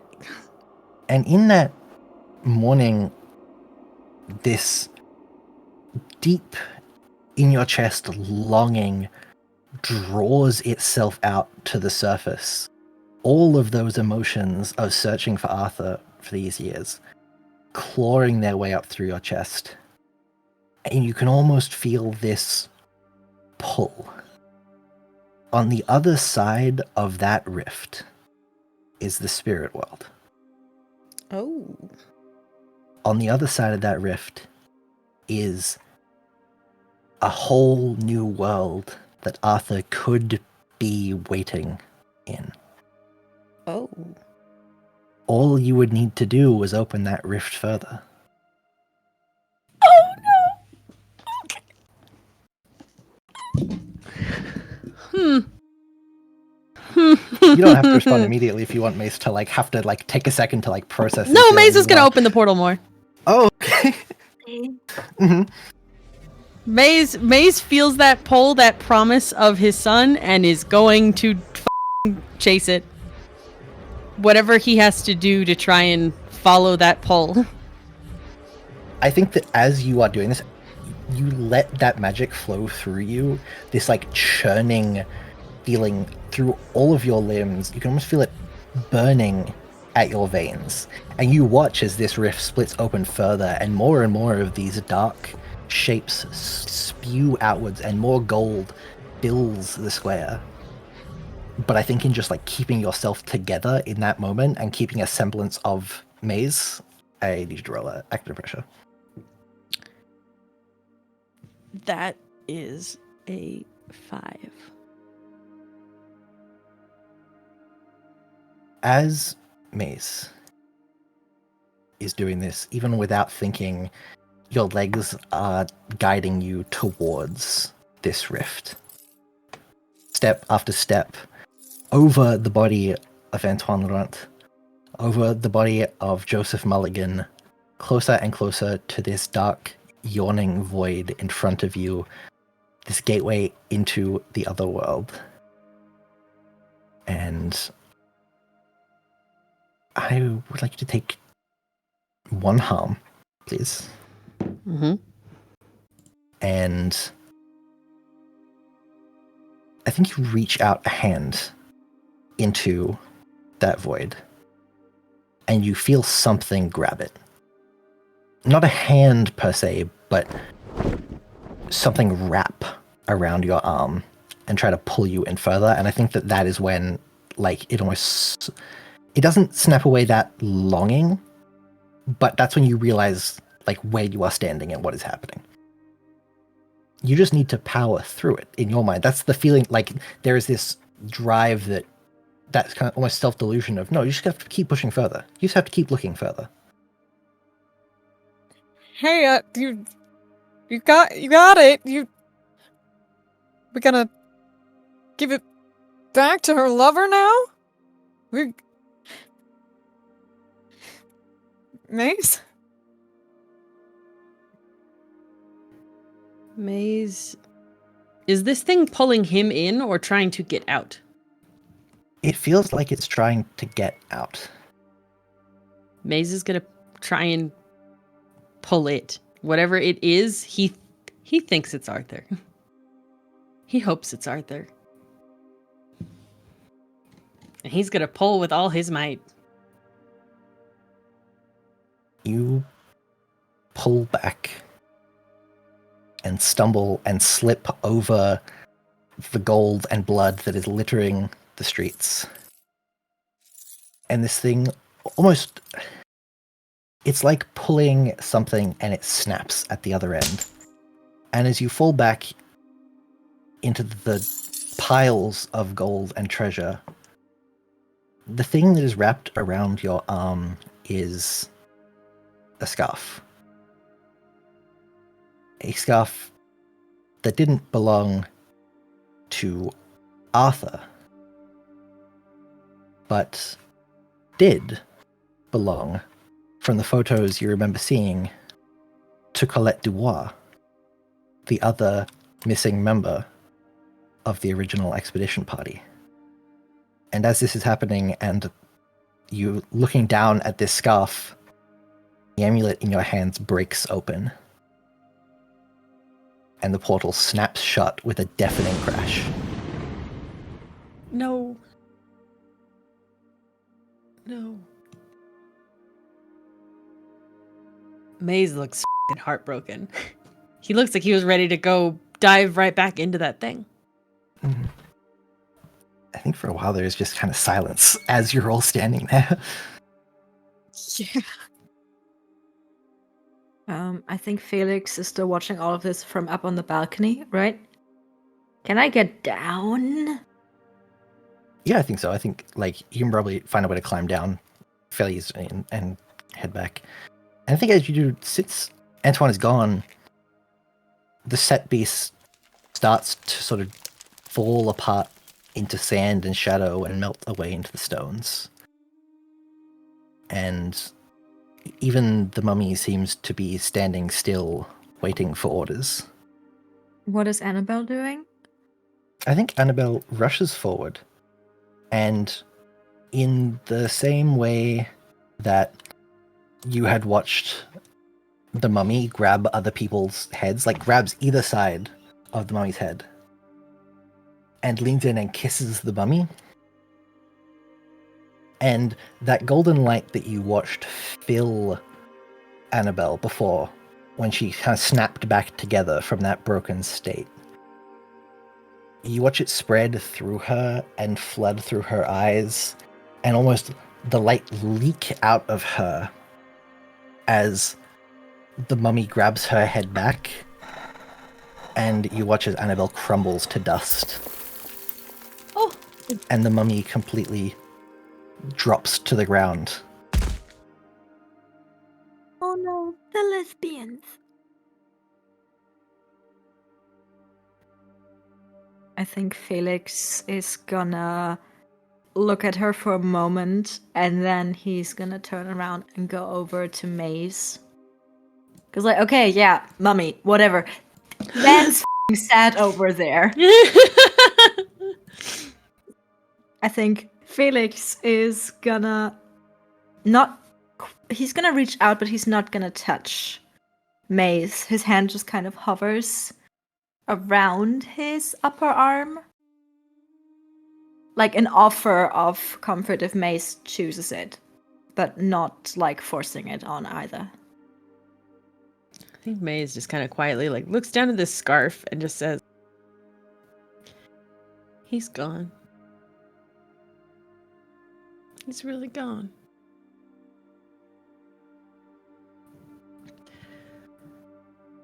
I didn't think he was gone. I thought I was gonna find him. I was gonna bring him home. I promised him I would. My boy. What was his name? Arthur. He was the translator on the original expedition. I'm sorry.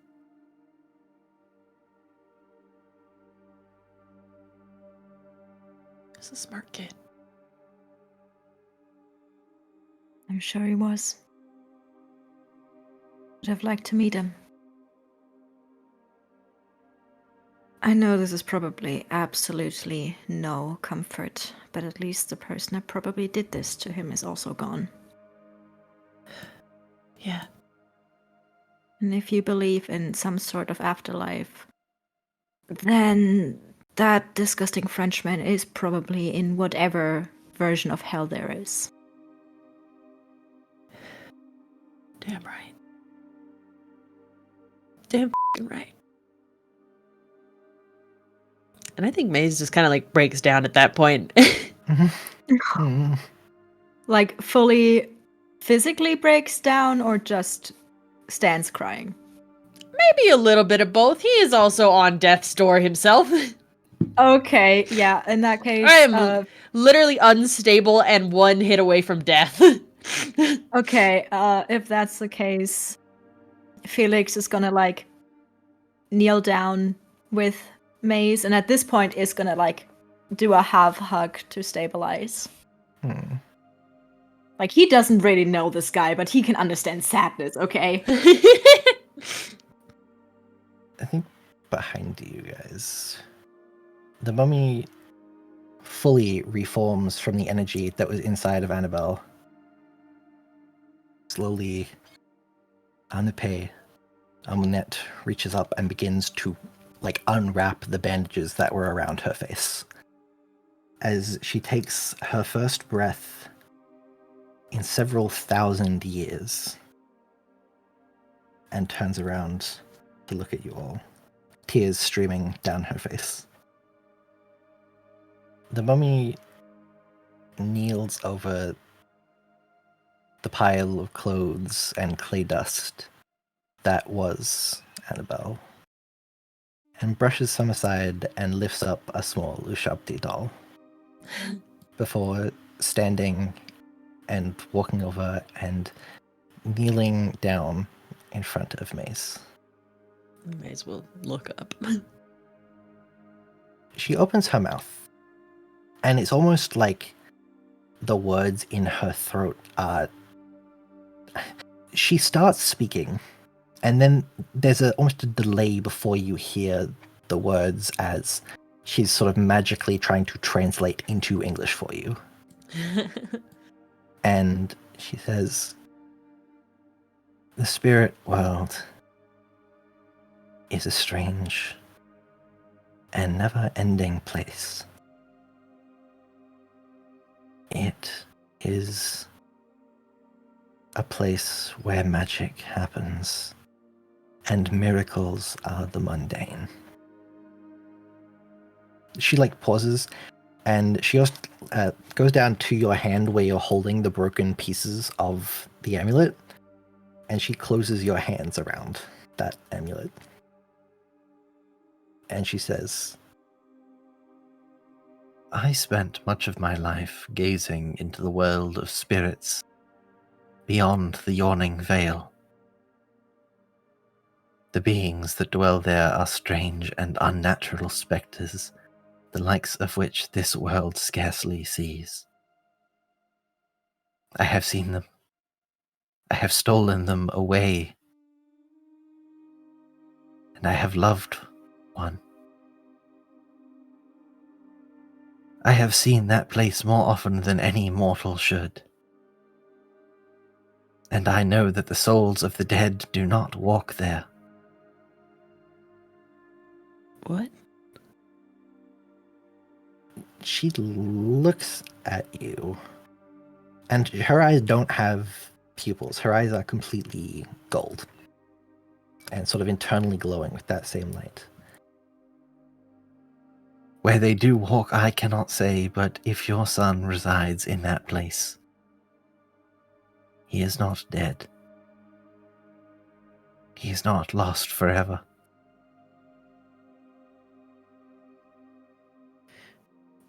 Well, then I better keep looking. I think she sits back on her heels, and in the same way that she sort of led you to be holding this piece of amulet, cradles the small cracked Ushabti doll in her hands. "Love is a very powerful thing. And though it may take a very long time, we are never separated from those we care for forever." I'm sorry about Miss Annabelle. "I have stolen my love from a world of spirits once before. I will see her again." Behind you guys, while this is happening, Tatiana sort of rolls over, bleeding and bloodied on the stone, and spits up some blood onto the gold and just sighs and just kneels there completely contemplating everything that has just happened in the last day. I'll go over to join her. I don't think she says much, but she places a hand on your arm to steady herself. Well, we got out of it alive. Mostly alive. I think slowly the people of Cairo who had been chased from the town square begin to emerge from buildings and alleyways to peek out at the group of you assembled there, at the piles of gold and treasure and sand and frogs, and you watch as the fountain continues to run and the red fades and water begins to flow once again, and the dark clouds overhead pass and part as whatever curses and wrath were inflicted upon this city dissipate slowly. And your expeditions come to an end. Your mission was accomplished. The mummy of Anipe Amunet has been recovered, in one way or another. Answers are a strange and fickle thing. Resolutions are never quite as we envision them, how we hope them to be. The real answer of a missing son only opens a world of further questions. Revenge on a traitorous employer leads to dozens of unfinished jobs. The suppression of magic only leads to more and more seeping through the cracks, making hiding it all the more difficult. Paths interconnect. Lives intertwine. Worlds lay upon each other like bandages wrapped around and around, covering every surface with a layer of invisible connection. The more we pick at the fabric of everything, of lives, of stories, of the world itself, the more it begins to unravel, unspooling, unwrapping, unveiling that which lies underneath. Something preserved, left to wait until the moment we're ready to see it again. But until that moment, there is always a little more to unwrap, a little deeper to dig, a little further back that we can look. Another answer waiting to have the dust brushed off of it and to once again be greeted by the sun overhead when it's dragged up from beneath the amber sands.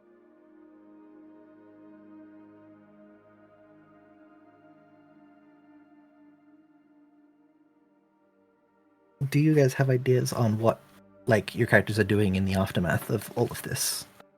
I know what Maze would be doing. Mm-hmm. I think Maze keeps looking. I think he digs into, honestly, probably tries to talk to Enipe more. Maybe even starts dabbling into learning weird magic and contacting spirits and stuff, because now he wants to everyone who has answers is dead, so would potentially be looking into magic for help there, of either trying to contact Colette or even Joseph or Anton to try and get more answers about where things happened. Also, potentially trying to get an expedition to go back to the tomb, the original tomb, because it seemed like there was some time wuckiness in that tomb. Mm-hmm. And so if there's time weirdness in one tomb, what if there's time weirdness in another tomb? And that Arthur is still there. I think Anipe is more than willing to accompany you on these expeditions and learning. I think that Miss is definitely, maybe not intentionally, but she has just emerged into the 20th century after being buried in the 15th century BC, a couple thousand years, and sort of having someone who is navigating this world. I think she's very willing to help as much as she can when it comes to matters of spirits and monsters and other realms. I kind of want to, because I'm guessing that Alara's probably worked with a few other people that do some shady shit. And now she's come to learn that maybe those are, still people. Mm-hmm. She's probably like going back through her list of people she's worked for and taking shit back, or at least going to investigate it. Probably has invited Tatiana to come with her if she wants. I think Tatiana would. I think Tatiana has spent her life as a hired muscle and a hitwoman, and has now learned that the world is much larger than she thought, and that there is perhaps the threat of people she has killed not entirely being dead. And if you are delving into ways to right certain wrongs, she's not opposed to tagging along. Yeah. Puffin, I think that the Woven have many, many thoughts on everything that went down. They're probably not happy. They're probably not happy about the very, very public magic that you, in their eyes, allowed to happen. And I think that there is definitely at least some kind of meeting called, like, you've been given a summons, essentially, by the Woven. Mm-hmm. I think the case that Felix would make is that, like, he didn't go on this, he went on this expedition fully in his capacity as an archaeologist and not as a magic user. He only went to using magic when not using magic was no longer, keeping innocent humans safe. So he kind of makes this case of like, hey, I protected human life against a fucking greedy bastard.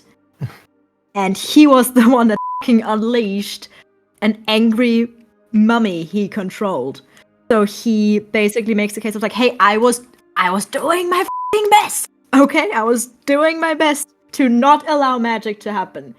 But also, people from ancient Egypt with magic were fucking around. I'm just one guy. What was I supposed to do? I did my fucking best. That's essentially probably more eloquent, but that is essentially the case he tries to make toward the Woven.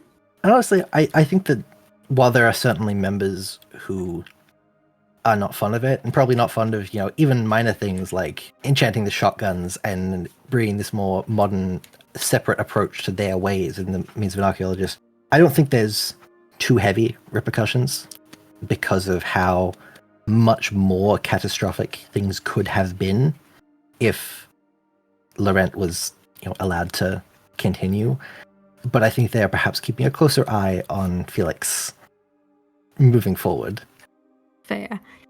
And I think other than that, in the not magical world, he is gonna try his best and find evidence to discredit Antoine in the field of archaeology.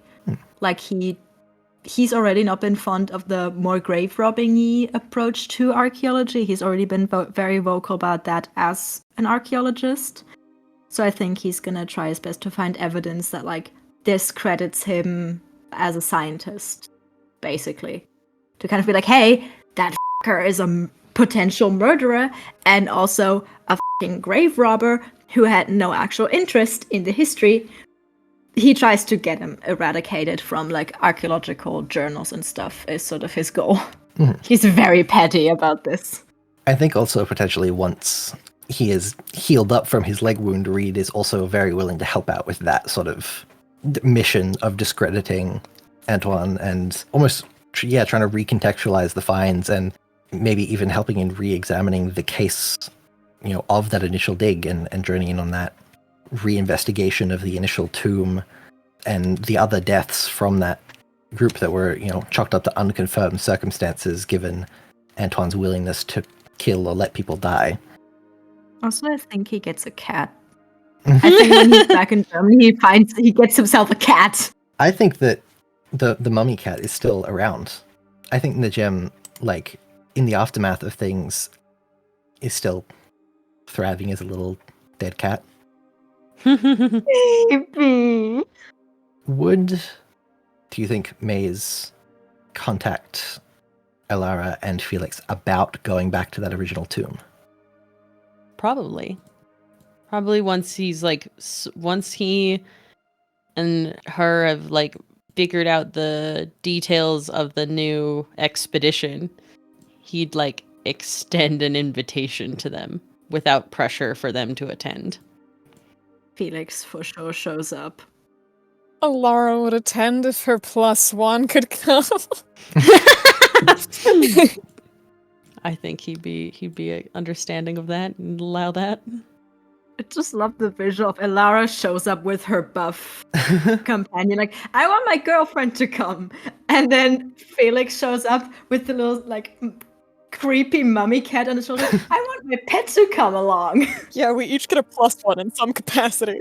I mean, to be fair, Maze is also bringing the several thousand-year-old mummy. Yeah, you guys get ancient entities to come with you. Everybody gets an interesting Everyone +1. gets a +1. Maybe the real friends were the friends we made along the way. I get regular woman, but she's hot. Oh. I think perhaps that might be where we drop back in, maybe gathered once again in Cairo after a few months to embark once again on this secondary expedition. And in, let's say, a hotel room where things are being planned, there is a knock at the door. Maze will take his sword at his hip and answer the door. Standing outside is a young woman who none of you recognize. I hate to interrupt your little get-together here, but I do feel it was rather urgent I speak to you all before you set out. My name is Caroline Whitmire. I represent a small private organization known as the Solomon Ayers Foundation, and recently our department picked up something. You are Mr. Carter, correct? Yes. She reaches into a pocket and pulls out a photograph, which she holds out to you. This photograph is a large photo of the wall of a building, and burned into it, seemingly, are the words, "Find Maze Carter. A."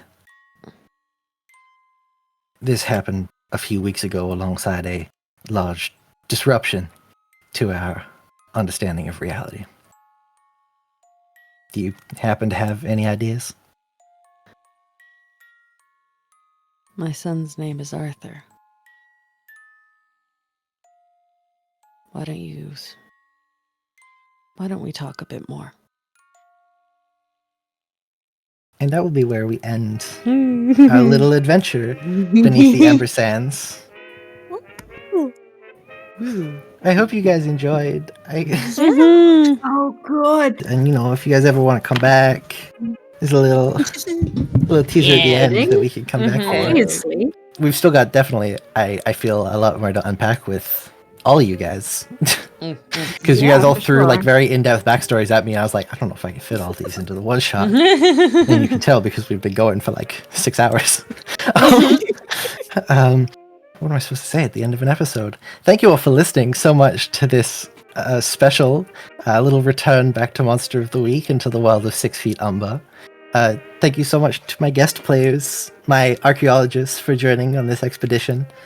If you guys liked this episode, remember to like and subscribe or follow and leave a comment on all of the social medias. On Spotify, there'll probably be a poll, the same as the 6 Feet Umber, if you want to go respond to that little poll. You'll probably listen to this on Patreon first, where it'll go up. Thank you so much for supporting us here on Patreon. We hope to have a bunch of fun little bonus things like this one shot out here more regularly. Comment what you would name your undead mummy cat. Yeah. Thanks so much for listening. I hope you all have a very spooky time. Yeah. Yeah. Thanks so much for joining me, guys. And Of course. we'll end off there. Bye. Bye.